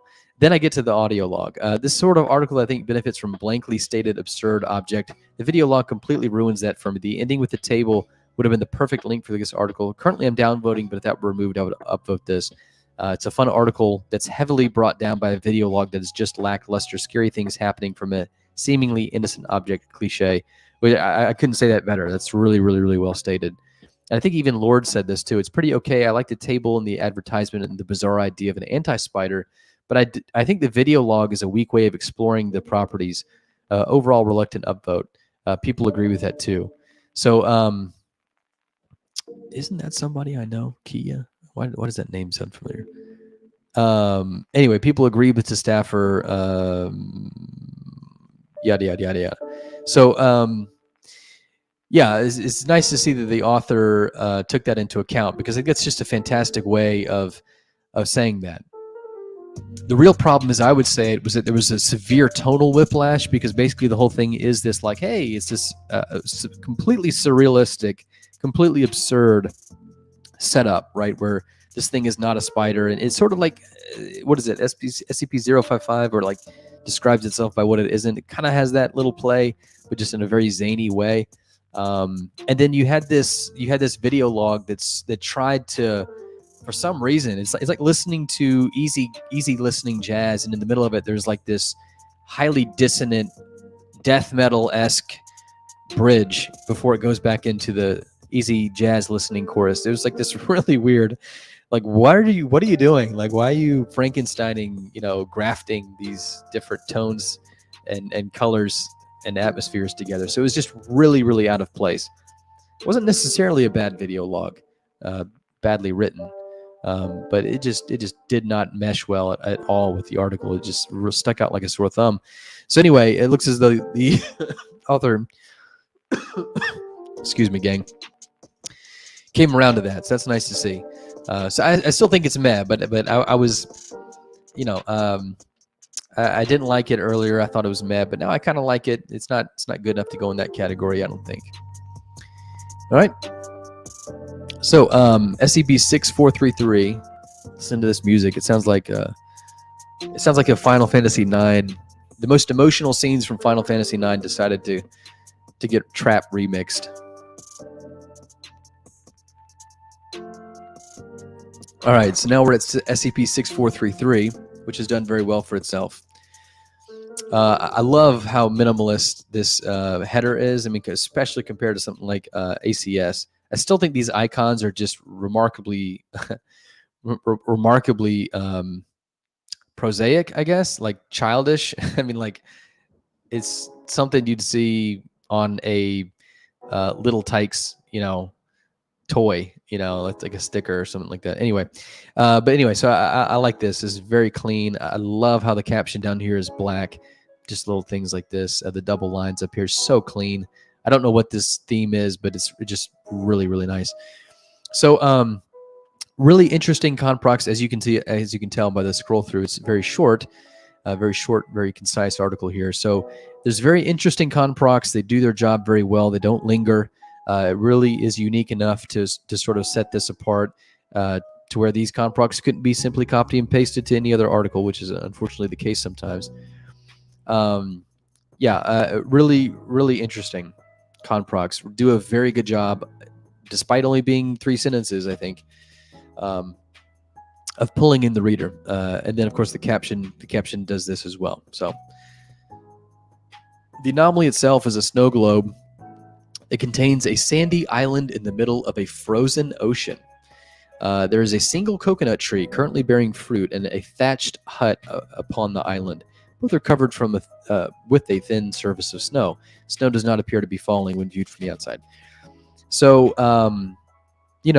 this is, first of all, not yet anomalous, but it doesn't matter because, the imagery here, I want you to contrast this with the, with that Shaggy's first article we looked at. Shaggy's, I just lost my mind. Grocery store, which didn't really have a good picture to it. Like, this is, in addition to having a nice, literally a nice picture, descriptively, it's just, it's deep. It's got just so much character to it, so much color to it. It's such an impressionistic sort of vibe, that just kind of silhouettes emotions for you. This is a descriptive master. Someone very, very good at imagery. And then, of course, I love it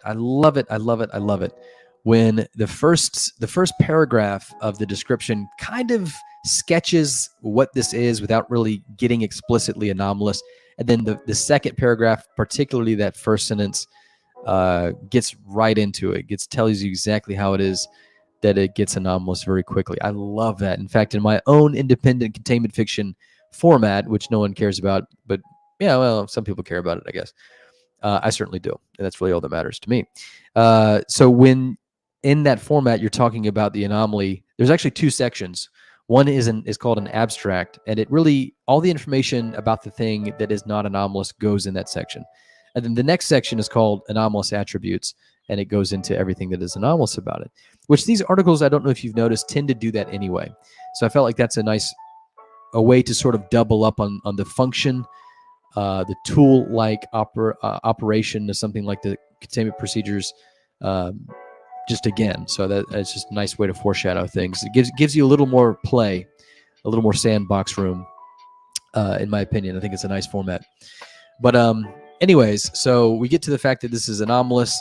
I won't go through everything with you with this, but it's a very pristinely designed anomaly. It sort of conveys that charm, that sort of microscopic charm of a snow globe in its delicacy.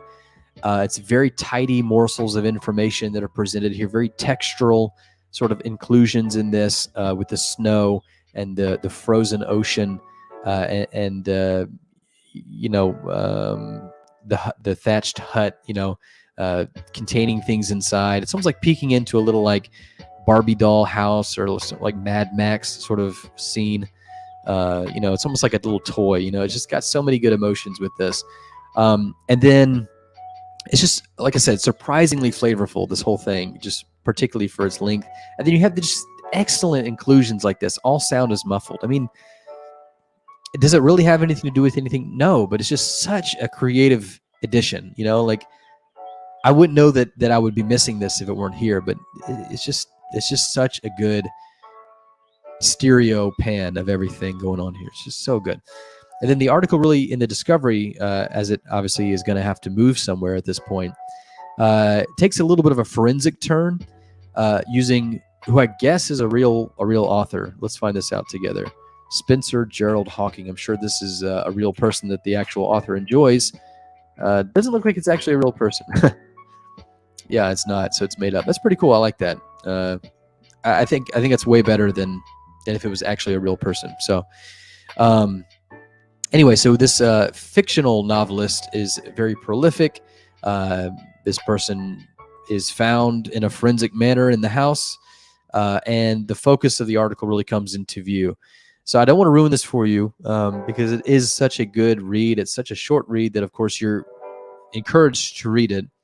And, of course, I think the rating is well justified. I think it reflects its quality quite well in this case. This is just an absolutely above average, almost in every single way, of an article. It's quick, it's memorable, fantastic scene construction, fantastic character placement, fantastic elements and spices to turn the direction of the article and the read into some interesting directions that may not be apparent from the serenity of the first leg of the article, sort of contrasted with the second.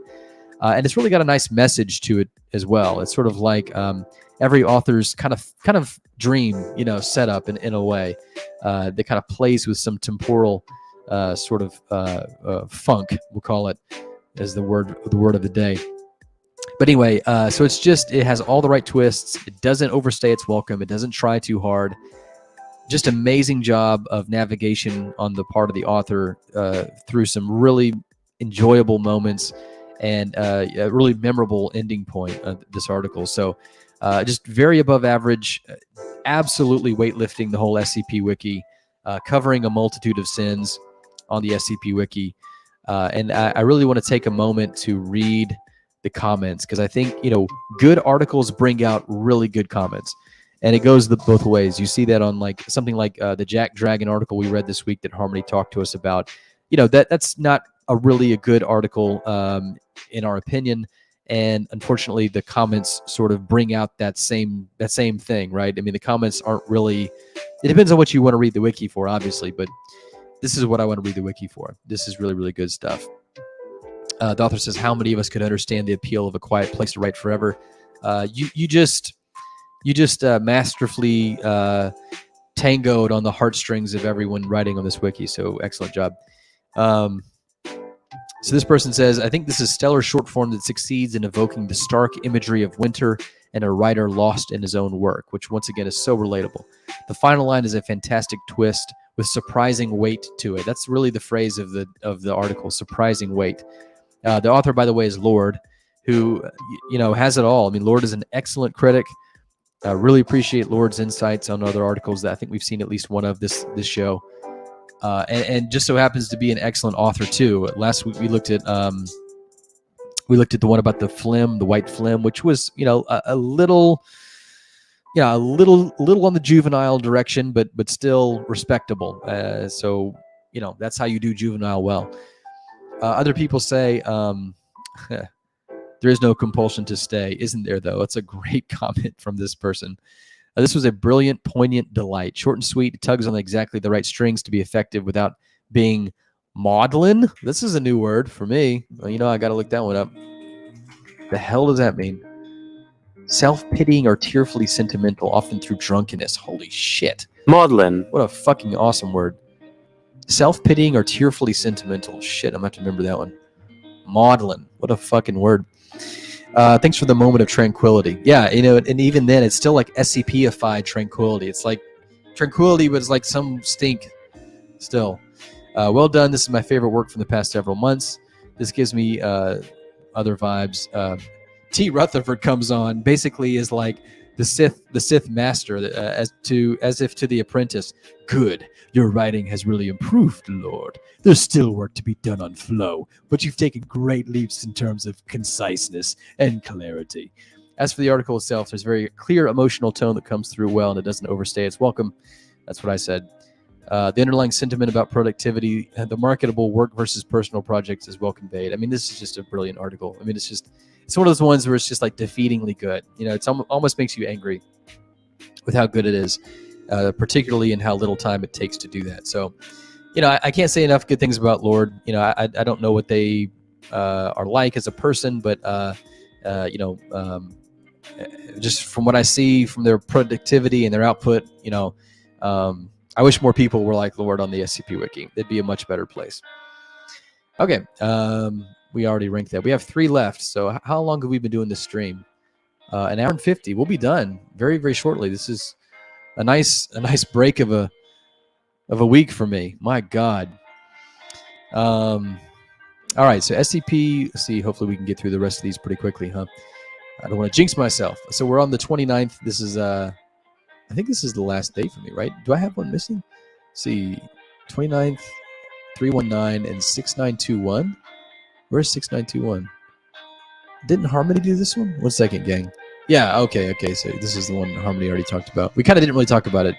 And it's nothing against articles like that have these sort of marginal ratings. In fact, I emailed this author to see if they would like me to publish this. Because, you know, I think that it's not, maybe it's not great, but it still deserves to be platformed, I think. It's just remarkable to me that the stuff that we read here, seeing some of the articles that survive on this site and then reading something like this, which, I mean, it's way better than some of the things that get stuck on the site. You know, the theme of the 7K is luck. I mean, there's some way to tie that into the actual proceedings on the wiki, whether or not your article gets accepted or not. I mean, it's as with anything, really, I think. But, you know, just bad luck. I mean, it's just bad luck. You know, I hate to say it like that. There are articles that are tremendously worse than this article that get, you know, that stay. You know, we talked about that last night on the SCP Meta Twitch. You should go check it out. We got highlights from that. We talk about the front row of SCP. You should go check that video out because we talk about that a little more. But this article, unfortunately, suffered from the front row syndrome of SCP, the front pew, front bench. Anyways, but we take the opportunity to not talk about these just because when you get to this point, the likelihood of it being deleted in the next 24 hours is so high. We don't want to exert a lot of energy. Typically, we're very crunched for time, and obviously have to take our breaths where we can. So we didn't cover that one. But anyways, so the last 2 of mine then, I'm just going to take that one since it's, I'll just leave it there. I won't do anything with it. All right, so this is SCP-6471. So this is a VRMMORPG, which is a virtual reality massive multiplayer online role-playing game published by some company. And it comes with something called a cave system, which a footnote tells us stands for Cave Automatic Virtual Environment. So it's an acronym that contains its own first word in itself. How recursive. Harry Blank and Placeholder McD would fucking love a cave system for that reason alone. A room with virtual projections to the walls, the floor, and the ceiling. The version used for this SCP also includes 3D digital sound, regulated temperature, and some aroma options. So this is kind of like the future, you know what I mean? It's kind of like, I hate to say this up front and so quickly about this article, but that right there, footnote 2, is the most interesting thing about this article. And, you know, it's great to work with good ingredients, but it's great to let good ingredients shine. You know, you can ruin a good ingredient by too much treatment that's doesn't know what it's doing. And I think that's probably what happens here, honestly. But the actual ingredient here is more interesting than the article itself. So let's talk about it. So interesting, speaking of interesting, there's this thing here, this orange banner, which talks about foundation alignment to this SCP, which we notice is Thaumiel. So that's I'm not sure what orthogonal means here. You basically get the gist of that word in the word neutral, and so I don't know why you had to include that. Orthogonal typically, you know, means like at a 90-degree angle, so I'm not really sure. The analogy doesn't really land clearly in this. I don't know what this term is doing here. I understand that you kind of get neutrality from it. I kind of get what you're saying, but it just doesn't belong there. You just need to take it out. But I do think the idea of noticing its alignment with the foundation is interesting. And then I also think that the classification notice here is a nice touch that talks about how contingent this is on that good alignment, and how the classification of this, which is Thaumiel, as I said, can change depending upon that alignment. So we get an author announcement here. So full disclosure, what is my relationship with Ethagon? I don't really know Ethagon. They don't know that I exist. I do know that Ethagon is a staff member. I remember reading a lot of Ethagon stuff in 05 threads, you know, which I still read, but has gotten a lot more boring these days, probably because they're just trying to rewrite the charter over and over again. Anyways, so I don't really have any opinions about Ethagon, so there's that. So anyway, like I said, anytime we deal with like a video game, or we see a lot of these, there was a chunk of these that were translated a few weeks back where it's basically a video game. And obviously there's almost a gravity sink where every idea is going to be pulled down into some sort of reverse pataphysical structure and architecture where you get into the game and the game is somehow, it's almost like that you die in real life trope. It kind of can't help but go there. And so this kind of does that. It sort of does so in a more interesting way than just that trope. But it does do that. It does go into the video game as its own reality that sort of bleeds over and sort of has some sort of causal overlap with, our level of reality. Y'all hear this music? What am I going back to the DJ Cactus live stream that I covered last night? What is this? Some kind of soft? Okay, I just try to turn that down as much as I can. Anyways, so that's kind of what this article does. There's this link here to Esterberg, which is its own sort of hub in a way. And so it unfortunately feels as though, although this is damn cool, look at this. This is fucking cool shit. I love how they capture the Wikipedia thing.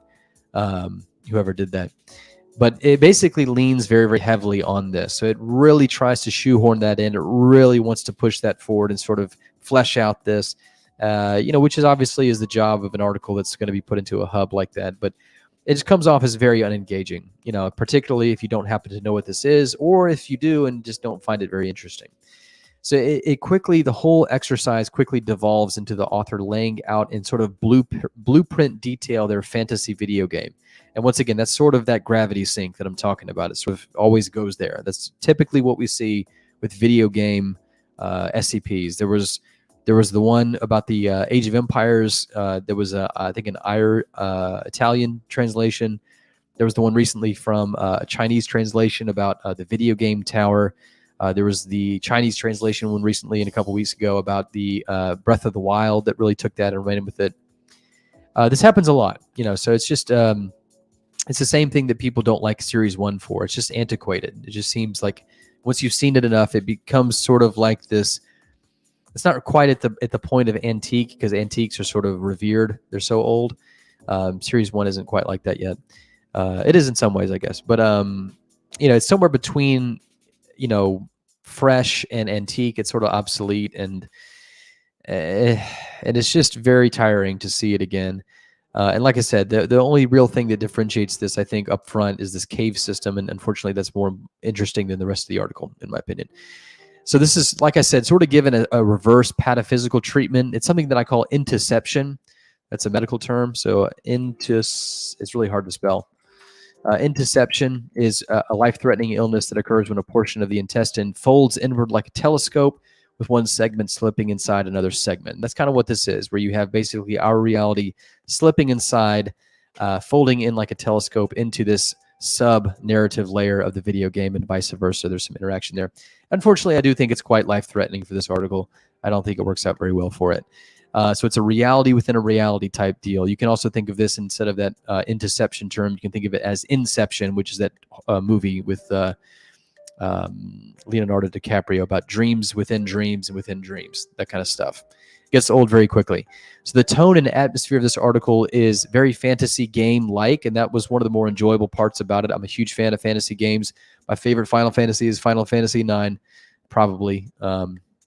So, for example, so it's got this nice sort of autumnal sort of like falling leaves in this English countryside sort of vibe to it. There's a little castle in the distance, and just a nice blanket of orange and yellow and red leaves around the ground. That's kind of the vibe that you get from this article, very fantasy-like as well. But like I said, it's really impregnated with a ton of off-article lore. Basically, this Esterberg, which is where it's deriving a lot of this color and this tone from anyway. And so it includes the Esterberg thing. It also kind of dabbles with Fae, and other SCPs are cross-linked in here as well. you know, and so I think the formatting, you know, here's this link here to some ethics mandate. So it sort of forms knots in on itself. Once again, the interception picture, and it makes for just kind of a difficult read. This kind of reminds me of what Harmony was saying at the beginning of this cast when she was talking about that long article that she read, and it just feels it shouldn't be so laborious to read through these. It definitely feels harder to read through this than I think it should. So it's just an unenjoyable read, in my opinion. There are some nice moments in here, like once again we do talk about the Fae, right? You can see this green text, and I love this. I love this description. This really got a few claps from me. This individual says, "I know that your project deals with the, you know, you can't mention the Fae, the slot before 4001." I don't think anyone's done that before. I think that's really cool. Although technically that might need to be in green. I don't know. Maybe I have to think about that. And then there's other moments though that really counterbalance that and take away that charm very quickly. So you'll see this all throughout these video logs, these transcriptions. Is the character is silent for 2 seconds. The character is silent for 10 seconds. The character is silent for 25 seconds. And it's just a little off-putting because sometimes you have numbers and sometimes you have it spelled out with you know, whatever. That might have something to do with the fact that this is a higher number than 10. But you know, then it gets a little absurd. Like it just kind of happens all over the place at the end here. Like this is all people just thinking, just sitting there in silence to one another. There's a lot of this in the article. So it's meant to be a sort of censor if you kind of read the article. It's not really silence. It's like tampered with material, but it doesn't help this article read any better. It still reads as though, you know, it's basically just a ornate redaction that doesn't work, you know, with this. And it's just very distracting. It just comes off as very unpalatable. So this article, I couldn't get through. I felt like it was way too long. It was way too dense. It was like walking through brambles. It was not enjoyable. Wasn't an enjoyable pace. It was just very difficult, overgrown terrain that was incredibly difficult to try to tame in any sort of pacing. So that is SCP-6471, and it was so bad that I didn't finish it. It's such a shame. This week, which is like the lightest week that we've had, most of them we don't finish so far. That's a shame. All right, so the very last one of the week, and then we'll be done. Look at that. It's 9:30. I love that. Is SCP-6319. 6319. Okay, so this one is a melody originally written by the French composer Claude Debussy as a part of a draft of his piano work, Clair de Lune. The SCP demonstrates no anomalous properties unless it is performed in direct moonlight within approximately 5 meters of a reflective surface. If these conditions are met, the sound of a brass instrument performing the SCP will emanate from the aforementioned reflective surface. All moonlight reflecting off of that surface will coalesce into a screen of light similar to a hologram. And then we're introduced to a -1 who is pictured here very barely. And that's really the character that carries us all the way through the rest of the article. So just overall, high-level view of this article. I think this one hits all the right notes for me. That's a pun because it has to do with music. I'm a huge music nerd and a huge music history nerd.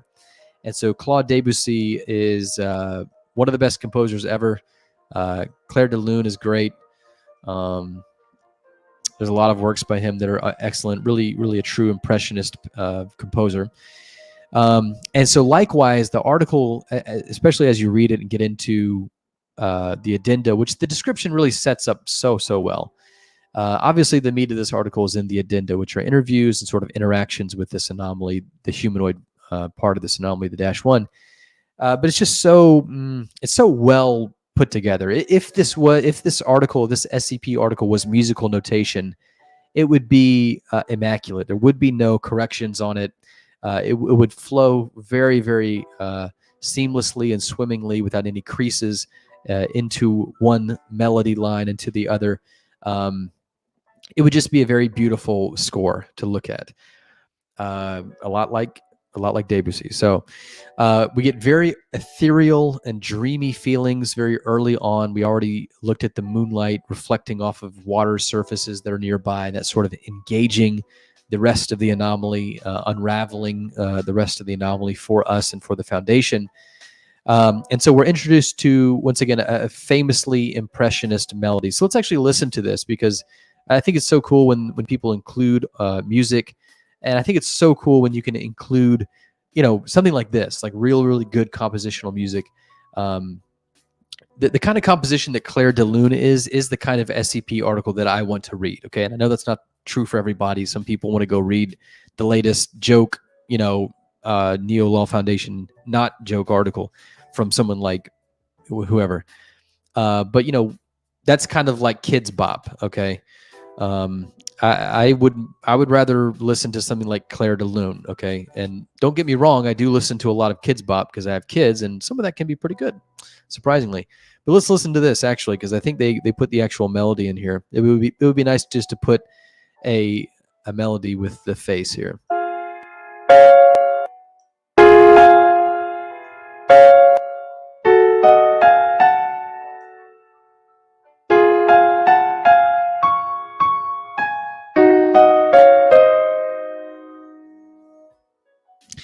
Without getting too nerdy, what's so great about Debussy is he sort of rides along the line of tonality. He sort of bends tonal centers to where you don't really know where you are, and you kind of feel like you're floating. And so that's a really good example of that. Although this is kind of odd. The melody that I'm used to doesn't go up. It goes down at one part, but whatever. Really great piece of music. So anyway, it's nice just to have those little touches. I love that the author put in this little, almost like you can read along with it, the score of this part of this section. I don't read music very well, although I can appreciate a well aestheticized score, that looks good. Ligeti is good for that. So is Messiaen.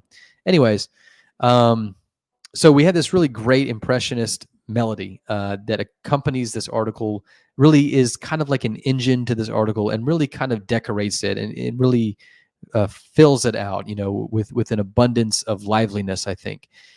The anomaly itself is interesting and makes an engaging humanoid, which is not always the case, with just enough description here to give it a really good picture. Of course, we're given slightly an actual picture as well, too.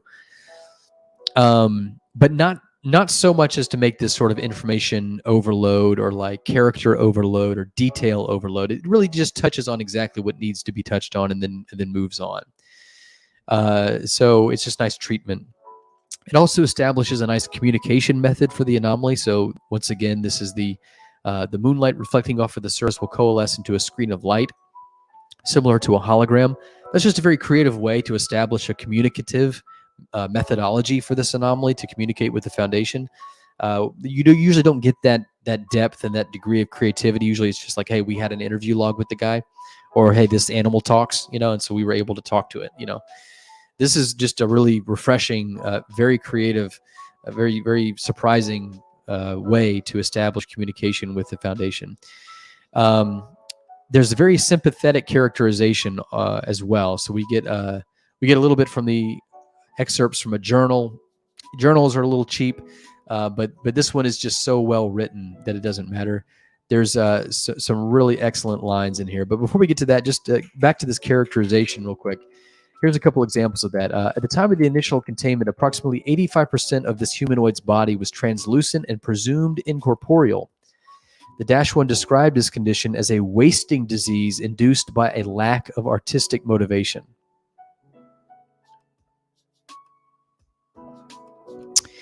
So, so relatable, right? It's just so relatable. Anybody on this site, anybody interested in writing in art history and doing some sort of art, automatically, finds some sort of familial, connection with that. Some spiritual connection with that. I mean, that just, God, like it totally describes who we are as like artistic people. If you're not doing your art, if you're not doing it right, if you're not true to yourself, even if you're going through the motions, for something like upvotes, or article count, or upvote average, this happens to your soul, So it's just so relatable. It's such a well placed analogy. It's such a well-placed image. It's just beautiful, very elegant, very elegant. And so the article features a nice multimedia. We talked about that in the form of a song. There's really marvelous scene construction here. So if we get into this excerpt from the journal that I was telling you, overcomes the fact that it's kind of a cheap journal entry. Speaking of ways to communicate with the Foundation, there's this sort of character voice here of Debussy that, I mean, I have no idea what Debussy was like, but I mean, it's clearly a character voice here that sustains itself throughout. And I think the author does a very, very good job of. You have phrases like this: they were not human. They carried themselves with the self-awareness of man. Held in their hands objects that reminded me of wind instruments, and two others of even greater oddity. It's just great, just wonderful, wonderful, wonderful phraseology here. Musical phraseology, just excellent writing, excellent prose, without getting too purple. Here's another example, another good one, another good example. At this, my pen fails me. This author is a poet. This author is better than just a prose writer. This author is doing poetry. I would say their sound was that of a river if it took place of the breeze. This is poetry. Okay. Flowing and swelling through the treetops, but that's an attempt to describe the indescribable. Just excellent, excellent, excellent writing. And then this last one: now I head to sleep, surely to dream of reality, for reality has become the dream. I mean, are you John Keats? What the fuck? Like, put down the pen. Stop making me feel so bad. This is really, really good writing. Really good. The testing logs are next. We have interviews and basically establishes a lot of sympathy with his character. It goes into a little bit about the relationship with Claude Debussy in this -1. It sort of establishes the emotional palette that the author is going to use throughout. And so then we get to the testing logs here, which really is kind of like a salvation attempt for this -1 character. So I think that's a very interesting and charming way to present testing logs. It's not every day that you see testing logs basically utilized in order to find salvation for the humanoid anomaly, which this one is being threatened with, obviously, because like we read earlier, it's becoming incorporeal because it's not satisfying its soul, what makes it tick. So the success of the testing logs, which the story here is that it generally goes well. The success of this is juxtaposed pretty, it's almost not a jump scare, but it's just an effective twist of tension here. It's really juxtaposed with this imposing character of the Foundation, this site director, who really comes down on the researchers for their testing, sort of confusing it and sort of casting it in the most unflattering light, as if to make it something that isn't really work. So there's this sort of imposing character, like all business character of the Foundation, and that's really, really placed and utilized here to great effect. Really introduces some tension and direness into the narrative here. My only technical gripe is that the testing logs take the opportunity to go on a bit as if it's sort of like a, hey, these are compositions that I like house tour that the author is taking us through. And they sort of lose their pacing and their bite from sort of a repetition and a bloat. I think they go on for a little too long. We kind of get the image, but it seems to sort of justify drawing itself out so that the author can mention the next things, some sort of piece of music that they like, or something that's basically just amounts to a little shout out, a little allusion or a nod. I'm not sure it really justifies continuing the testing logs this long. And similarly, the tension that is created in this interview down here, this disciplinary meeting is what it's called, where this sort of all business character of the Foundation sort of directly opposes this sort of emotional fount that is sort of rising and bubbling in this character. And in this article that we're reading, that is very, very suddenly dropped. It seems as though the author could have gotten a little more out of that. And it comes and it's just a really great, like, logistical battle. It's like, oh man, like, what are they going to do? And then it immediately ends. As soon as it comes, it's gone. So that's just a couple of technical things that I think, are keeping this article from being outstanding in almost every way. And then at the very end, basically they sort of frame these people playing music together and have lyrics collapsed. You know, zoom out. Oh, with my thoughts and memories adrift in a soft despair. So, I mean, that's cool. It's very clearly the author basically turning this article into like a SoundCloud post, which is fine. You know, like I'm charmed by it. I appreciate that. It's so rare. I did that one time, by the way. I did that too. Yeah. But don't tell anybody.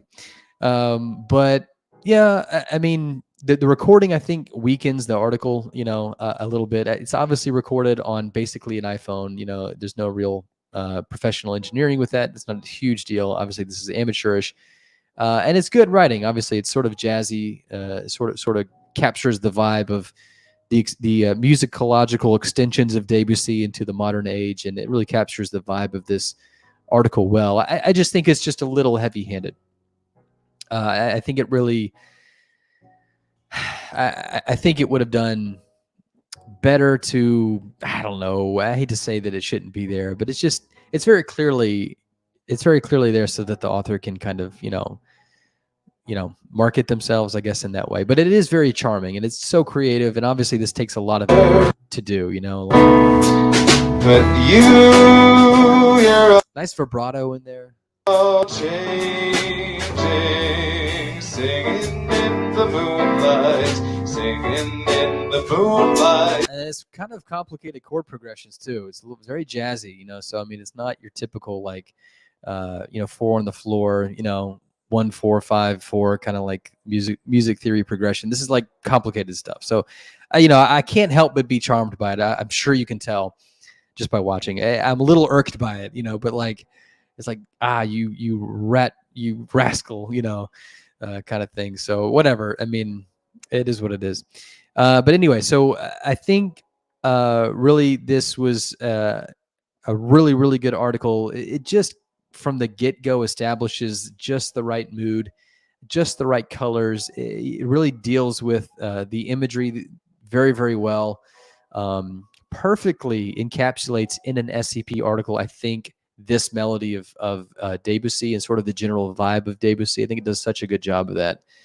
I think my only existential complaint is that this article basically takes away, it was sort of retcons one of the prettiest melodies ever written in the history of music composition away from Debussy and gives it to something else. But that's not, once again, I'm just kind of kidding. Not really a big deal. This is SCP 6319. Oh man, this is tough. Okay, so I'm going to put it in Array of Hope, okay? I'm going to put it in Array of Hope because I don't think that it's super stellar. I understand that one of the reasons I like this so much is just because I'm such a music nerd. And if someone doesn't have that, you know, it's probably not going to hit the same way. But it is a really, really well-written article. I think it's the person's first, right? Let's check this out. We definitely got to give this person credit. 25 is a fair rating for this. I think it probably could go a little higher, though. Yeah. The Jekyll's, I guess. My first SCP was a blast to write. That's awesome to read. Sometimes it isn't very easy to get through your first one. Happy this person had a good time. This person says you wrote a whole song for your SCP. I disagree. I think it's backward. I think you wrote an SCP for your song. If I know anything about how this works. Because that's what I would do, and I'm kidding. Actually, it is what I did, so I can't speak. But anyways, this is a really, really good article. I think, especially for a first article, this is astounding. Really, really excellent work. So I'm interested to see what else this author is going to do. With room to allow for the sophomoric slump, the letdown that happens to all of us. Maybe not all of us. But yeah, so this is an excellent article, SCP-6319, particularly if somebody's first. Yeah, really, really good. I highly recommend that you check that out. Okay, so let's take a little review look of the week here. I mean, surprisingly, we didn't have any actively lowering the bars. I honestly think that if I had Harmony spread, I probably would have put 1 in there. But that's just the way the chips fall. So we'll call it like it is. This is a decent week for the SCP Wiki. It was a quiet week. It was a soft week. But ultimately a pretty good week. I mean, we had 3 up here in the weightlifting category that I agreed with. I thought they were all very, very good. And a little unreadable of a week, just a little insufferable at times. But on the whole, this is a very top-heavy week. It just pretty good writing this week. It was some excellent standouts and some really, really charming entries that were more talented than what we usually see. Okay, so that is it for this week. We've been doing this for 2 hours and 20 minutes. That's really more like what I would like to do. It's really more up my alley time-wise. But, you know, we all know that's not going to last. All right, the 7K is coming up. It's like a giant... It's like you've seen the mushroom cloud and you're just waiting. You know, you're just waiting. So that's what we'll do. But I do appreciate you joining us this week. Check it out. Thanks for showing up. I appreciate you being here as always, you, whoever you are. And yeah, I can't believe I got through this whole thing with only 1 page from my job. That's pretty cool. We'll try to do it again on Sunday when we do our SCP meta stream. And that'll be at 12 p.m. So that's 12 noon. That's CST. So we'll do that for about an hour, talk about catch up on what's been going on in the containment fiction space, talk about all the stuff, all the goodies, and some interesting topics that we have prepared. So I hope you joined us for that. This has been SCP CRNP, aka Lack of Lepers, and I do appreciate you tonight. Have a great one, and we will see you hopefully on Sunday. Happy reading, happy writing. Take it easy.